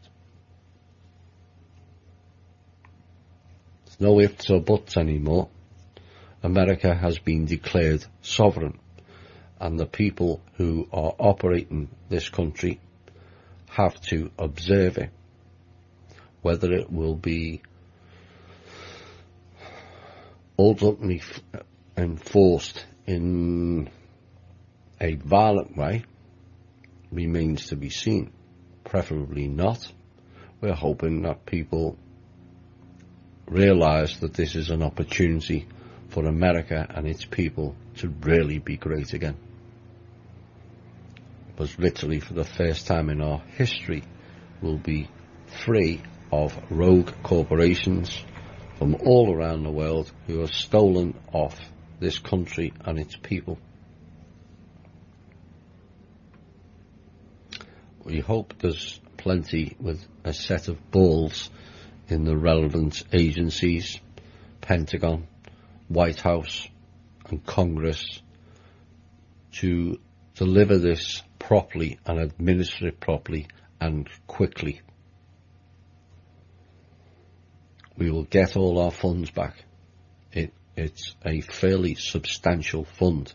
So if Trump wants to rebuild the infrastructure, the funds are already there. There's no need to borrow more debt.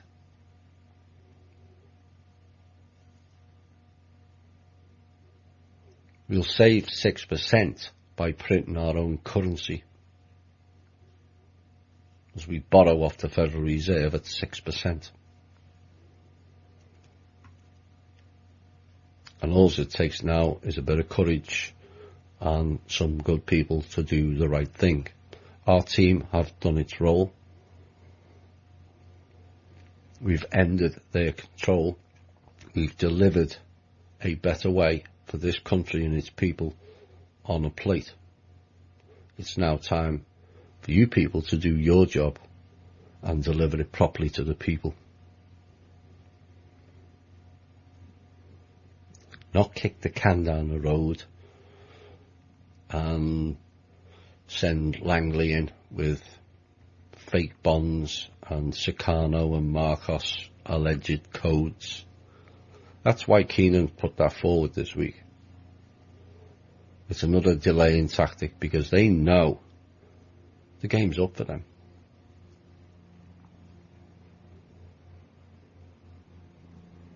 So if Trump wants to make America great, he needs to sign off on that immediately. And let's get working on really cleaning the swamp up and cleaning this country and rebuilding this country, because we can set forward a path for other countries to follow.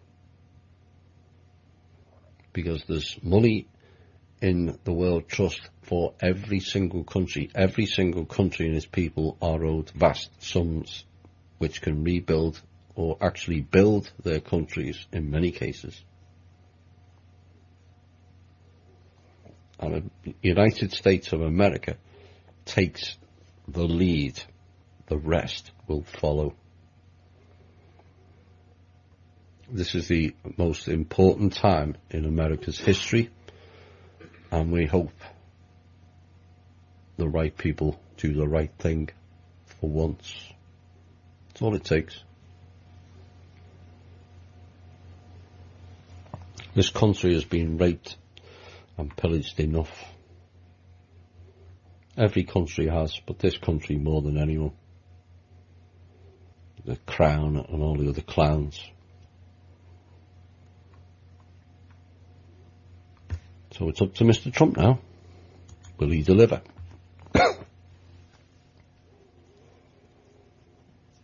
So I hope you all enjoyed that piece. I kind of had to sit on it till Saturday. I only got approval to read it out today. But the gist of it is America is now a sovereign nation.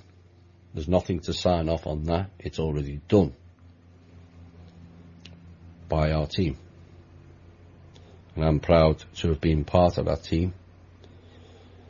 And I hope the right people do the right thing. There will be consequences of not doing it, because eventually all the people will get to find out. Good luck with dealing with that when the country is sitting on a vast fortune that belongs to all the people, where we can rebuild all our lives.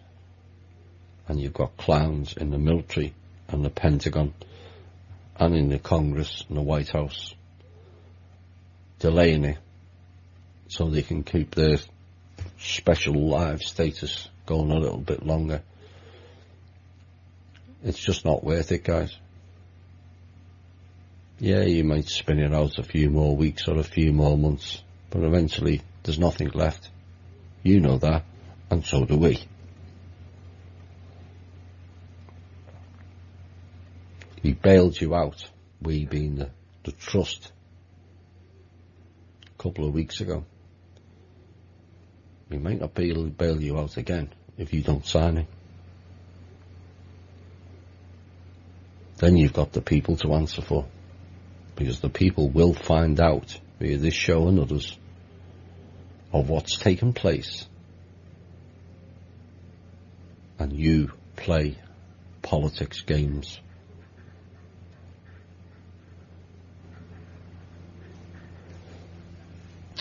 I would say if that takes place, I would say I've noticed a number of you have already stepped down. I would advise you all to step down, because the people won't be happy.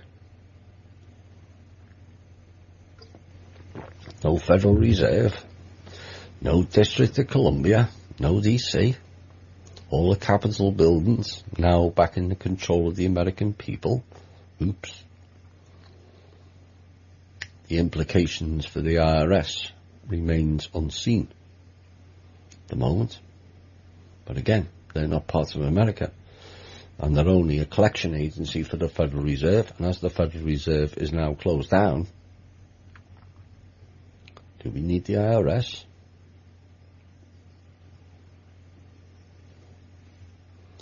Again, that's a decision for the policymakers, and they best make the right one. There's no ifs or buts anymore. This can happen or that can't happen. It's done. Sovereignty has been granted and enforced. Now we have to enforce, or the policymakers just have to enforce the carrying out of the implications surrounding it, which means shutting down the Federal Reserve and creating a national American bank.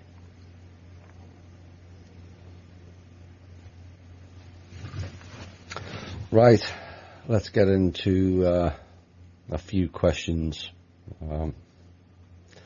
It's all rather exciting, and it just disappointed me Tuesday that he didn't mention something. I'm aware I'm kind of harsh on Trump because, you know, I've said it myself. You know, he's in a no-win situation with the clans there. You know, if you looked at seen the look on Schumer's face, glaring at him all night in that State of the Union. But there's some very notable absentees. Squirrel Chops wasn't there. The droid wasn't there, Anne. And the husband, let's make a mess of Monica's dress, wasn't there either.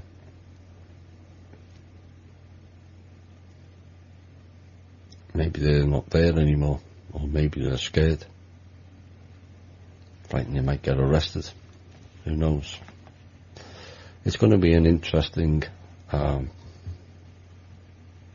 this month. I wouldn't like to be in their shoes, because now everything's been dotted and crossed. And so if they don't deliver now, the public will know. Of course, subsequently, because the corporation since 1864 is shut down, the full return of the organic constitution and the republic and the Bill of Rights will all return. Oops.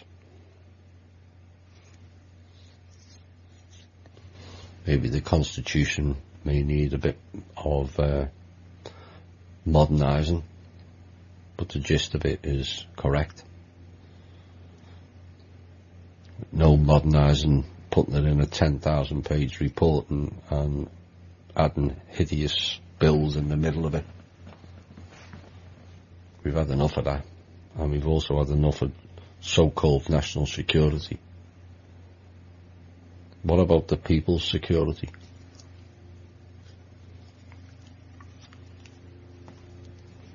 Methinks that's far more important.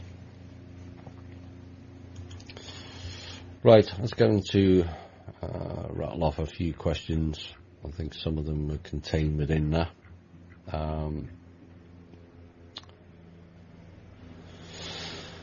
Are we simply a computer program? At times I think we're all a computer program, and at times not. It's I think certain elements of it are a computer program, but I don't think everyone is. What was here before consciousness? Everything.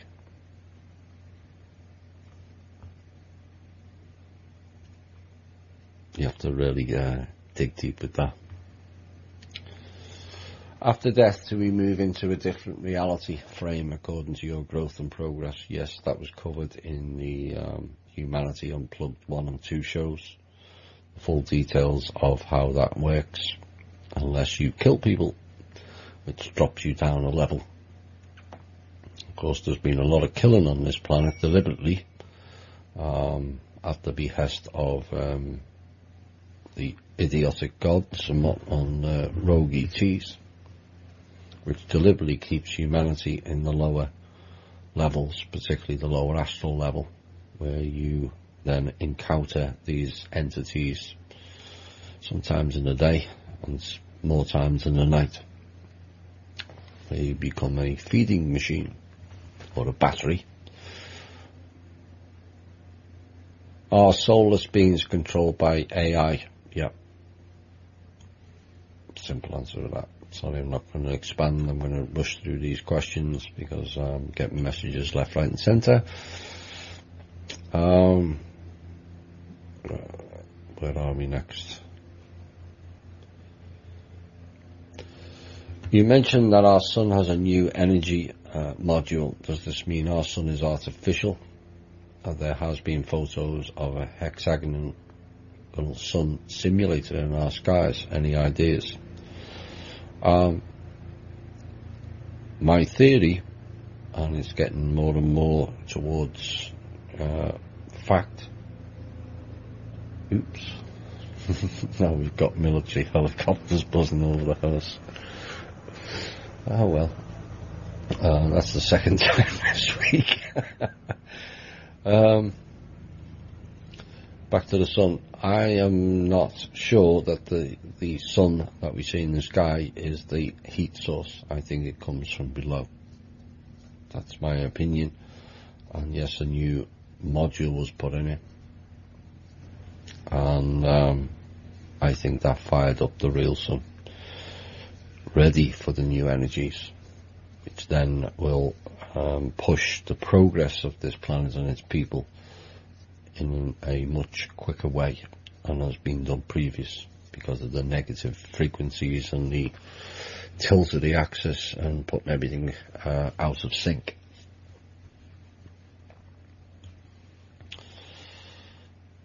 I've been following for quite a while, but there's confusion about the status of the parent known as Cassandra. I thought she expired and voluntarily left this existence. Yes, she has, thankfully.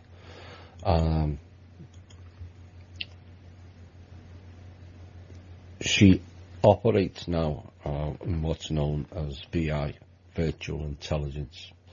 It's almost like the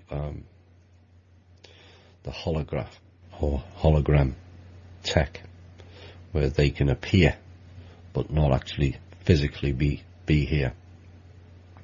It's a lot of how the Draco send messages to and from their home world. Their tech is much more advanced than we realise on the street level, but she's not operating in the physical here anymore, and she's not interfering, as I understand, even though there was fun and games with the car the other week. Maybe that was a cabal prank, who knows.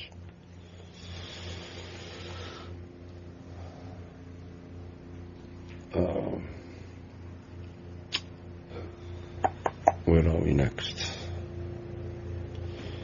Is it possible for Thomas to get confirmation on the claim by Anna von Reitz is correct, and what would the consequence be?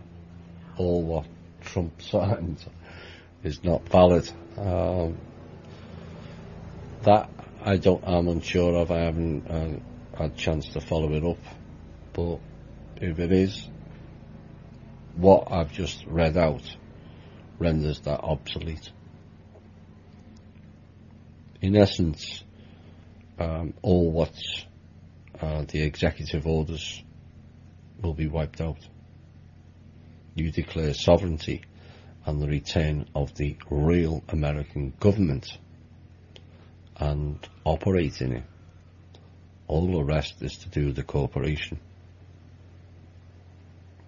So it doesn't really make any difference.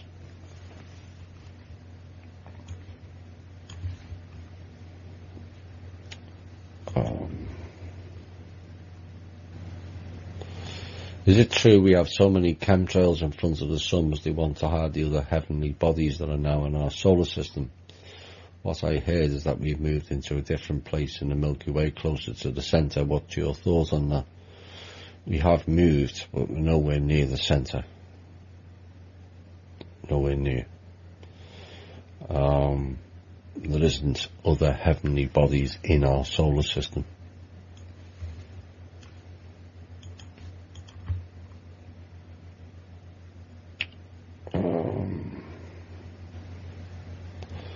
Any info on the Basegi Mountains in Romania and alleged holographic library within Romanian Sphinx?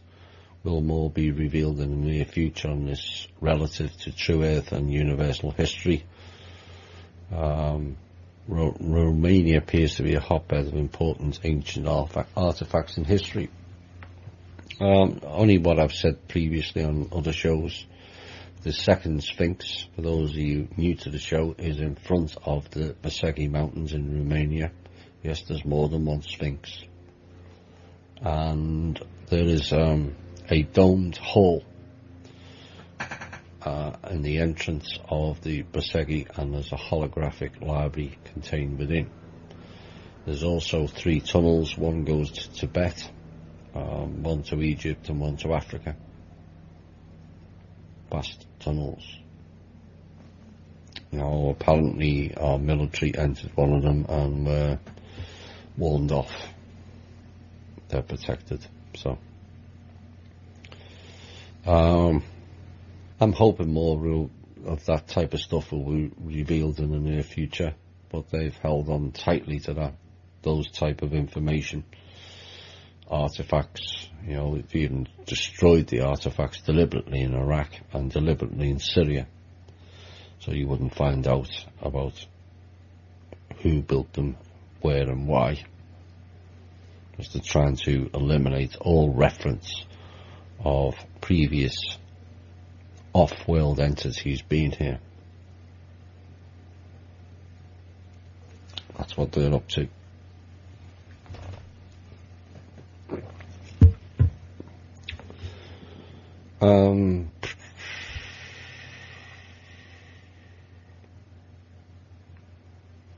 When will all the AIs, plasma parasites and other invasive energy forms be removed? Well, the main AI is already gone. Regards the other 2, I'm not so sure. Plasma is the issue that certainly Cobra mentions. As for invasive energy forms, I can't see how you can remove them. Maybe educate. We have invasive energy forms like vampiric people in our own species. Just loose energy off you. They're always miserable and pulling you down and being negative. That's invasive energy forms, even within our own species. Or people who, go on crime sprees and shooting people, fighting over drug turfs. Ridiculous. They're invasive energy forms. And the key to it is education and showing people a better way. You don't have to do that. Trump doesn't have to turn around and says Russia and China is a threat to our economy. If the world shared all the resources, there's no threats to anyone's economy or anyone's so-called national security. It's just about sharing. So you set the example and others will follow. Some of the ET meetings were the same. All you've done is war, and more war for millennia. Why don't you try something different like peace,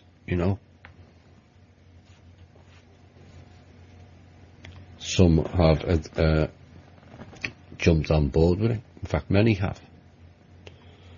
But some, sadly, know no better.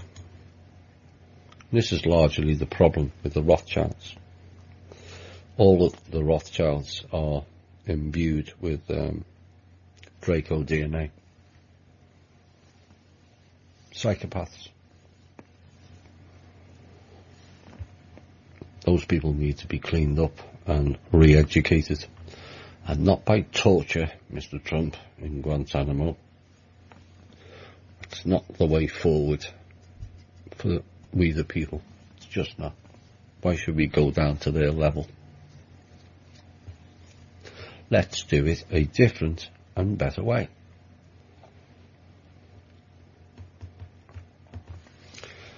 Well, some people still want blood. Not realising that blood spilt on this planet is one of the most harmful things ever. The full implications of spilling blood anywhere on the planet is not good.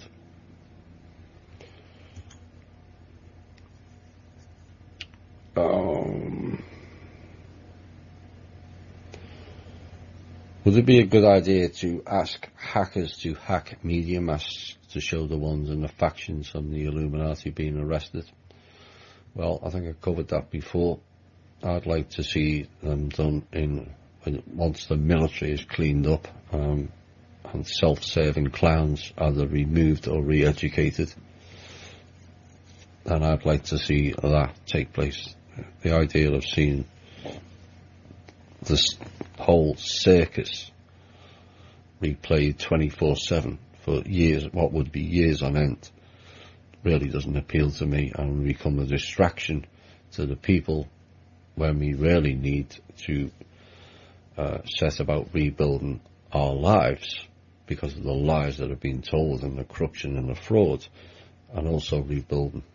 I think that's far more important than watching whether Anne is going to get arrested and how many years she's going to get. Maybe that's just me. Some years ago there was a movie about hacking the TV. Would make many humans become aware, or at least start asking questions. Yes, it would, and it's been asked for, and I'm still waiting. I asked for that 5 years ago. Imagine suddenly every channel, as the helicopter circles again, I don't know where you can all hear that. Imagine every channel with Miss Manor, or yourself, or Randy Morgans, or Shayna Rooney, or the OYM lads, or even Wilcock for that matter. Doesn't really matter, does it? Suddenly reading out the real truth. And the TV doesn't come back on until people get it. So no more Clinton News Network, no more superb owl shows. Realising the truth, it would change everything. Doesn't need to you don't need to use violence. Re-educating people and telling them the truth is all it takes. Now, too many are either frightened, because a lot of people are terrified of the truth. Let's be honest, it's not pleasant. Most of it's unpleasant. We can't even be truthful with ourselves. But if suddenly the TV was shut down and they were told they had 2 weeks to fix things, break time, and only when you fixed it, then will your mind-numbing, mind-control programming TV be turned back on, minus the rogue frequencies. It's one way of fixing things in a short period of time without the need for violence. I'm hoping organ use will help us fight the toxins and render microwave tech much safer. What do you think? I don't know an awful lot about organ, to be quite honest. Some say it's beneficial, some say it's not. I've never really felt the need to look into it further. Like I said, there's many who state it's rather beneficial for certain things. But in essence, it's all about, a lot of it is about your own intention. Stones and crystals hold energy. Well, what if that piece of organ was held by a Rothschild or a Cheney or a Bush previously? That energy is not going to be too good, and it's not going to fight anything, is it? And this is the lack of education on that is why I kind of warn of the dangers of stones and crystals and organ and all the other stuff, because people just think they pick up the stone and it fixes everything. No, it requires input, and maybe I'll read up on it sometime, but things are too far more busy with more pressing things. But I hope that helps. but I have heard it does help people.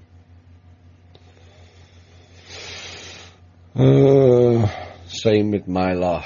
I've heard it's beneficial. I don't know that as being fact. I haven't checked up on that, so I can't add any further on that. And my phone's going.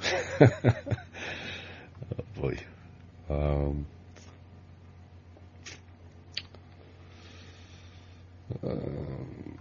Yes.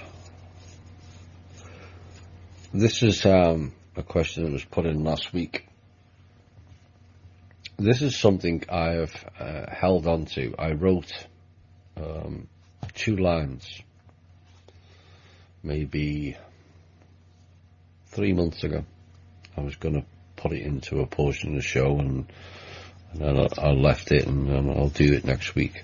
And this question is in direct alignment to what I put on the question that was raised to be pondered. And the question is, does the probability exist that the percent to be exterminated as claimed on the Georgia Guidestones is referring to the synths? Since it's supposed to be 80-90% off the bill, does the synths make up that amount?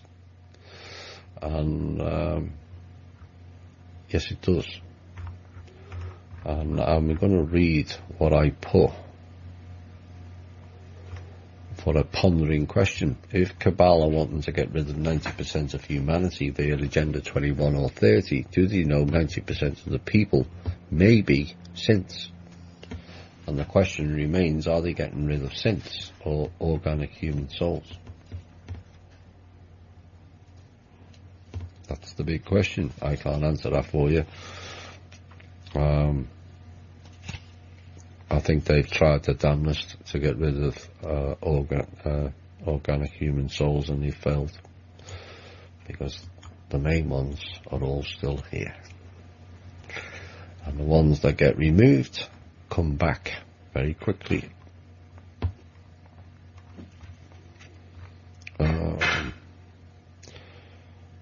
Thomas, I'm now at Gmail. I lost my addresses. Please send me your address. There's an email address, Ernie, on the top of every single pin post. Please read it and copy it and then send me an email.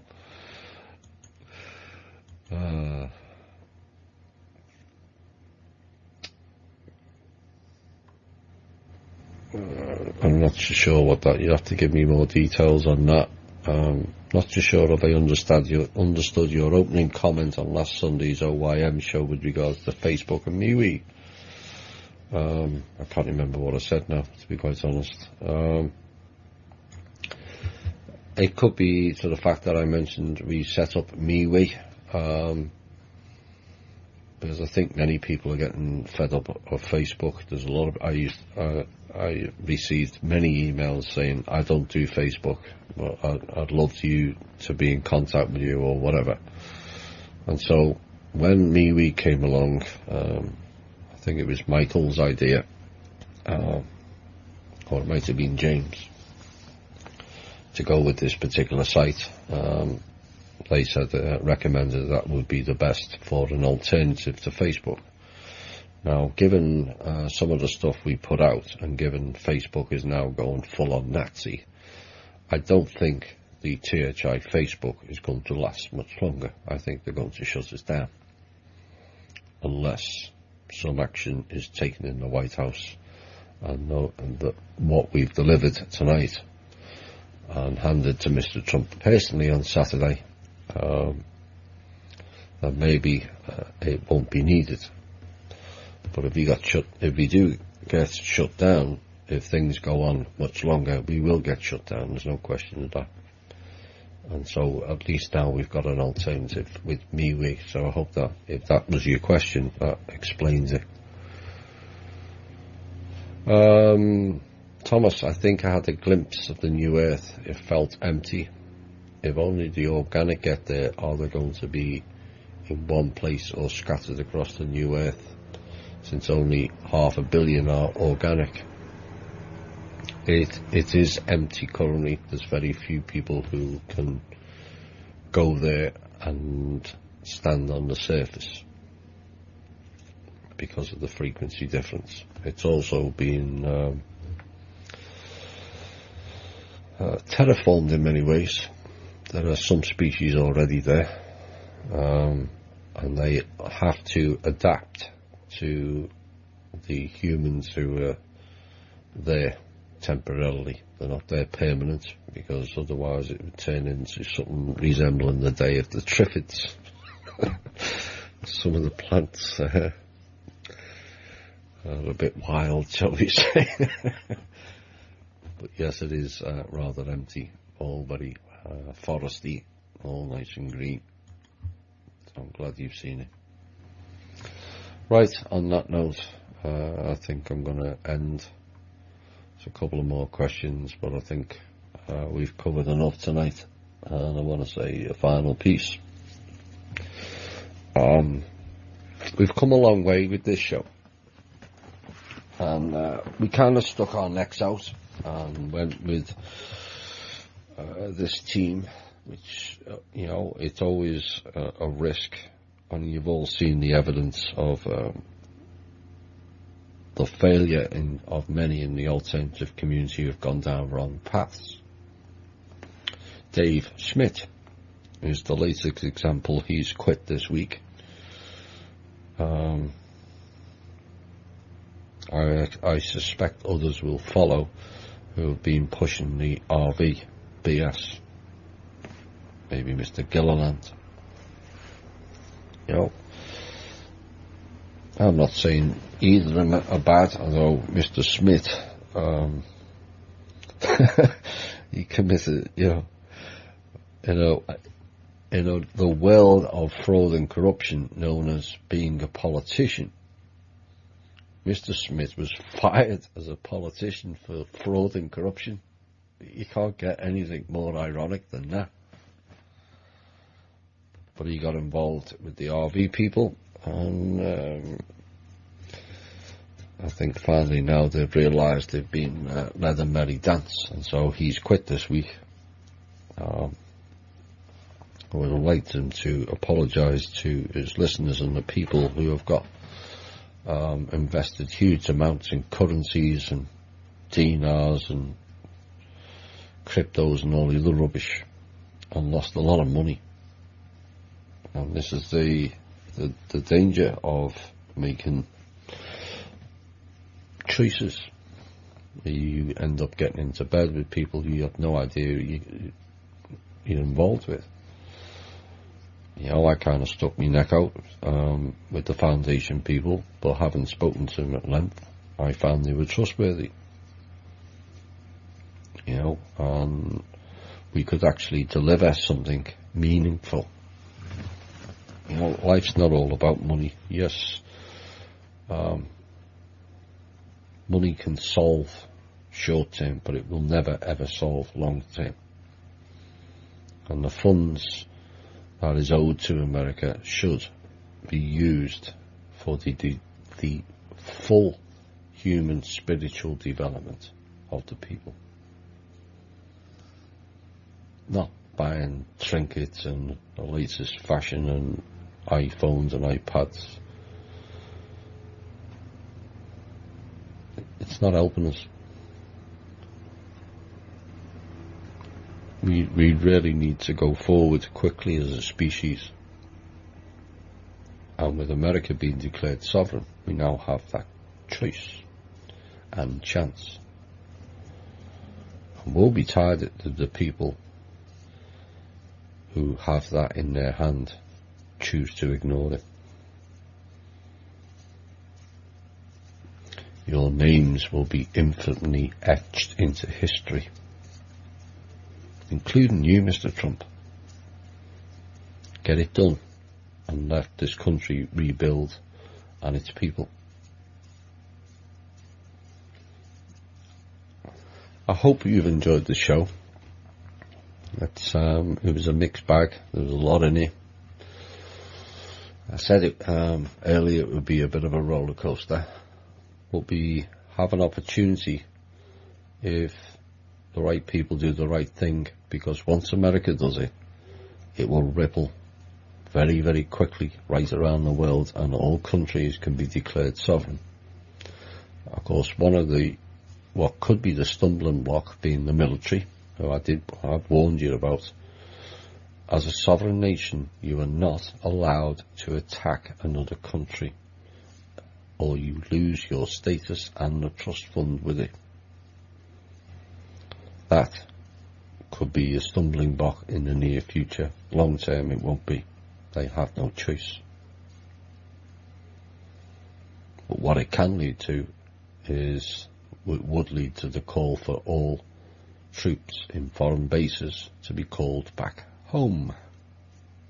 Then we don't need to build a wall. We can just put more of the troops that shouldn't be in Afghanistan, shouldn't be in Syria, shouldn't be in Japan and Germany and all over the world, back home. And we've got clowns on our borders bringing in drugs and terrorists and violence.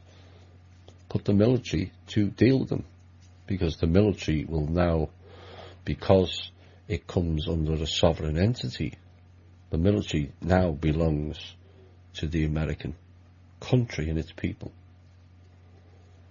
Before sovereignty, it was a corporation for foreign interests, like a Rothschilds. Now it's not. So we can bring them all back. So we need to spend vast billions on walls. Most of them don't go across the border that way anyway, unless you're going to build a wall about 1,000 foot down. There's vast tunnels underneath that southern border, going to all kinds of destinations. So building a wall is just symbolic and something we can do without. Tear down those walls, Mr. Gorbachev.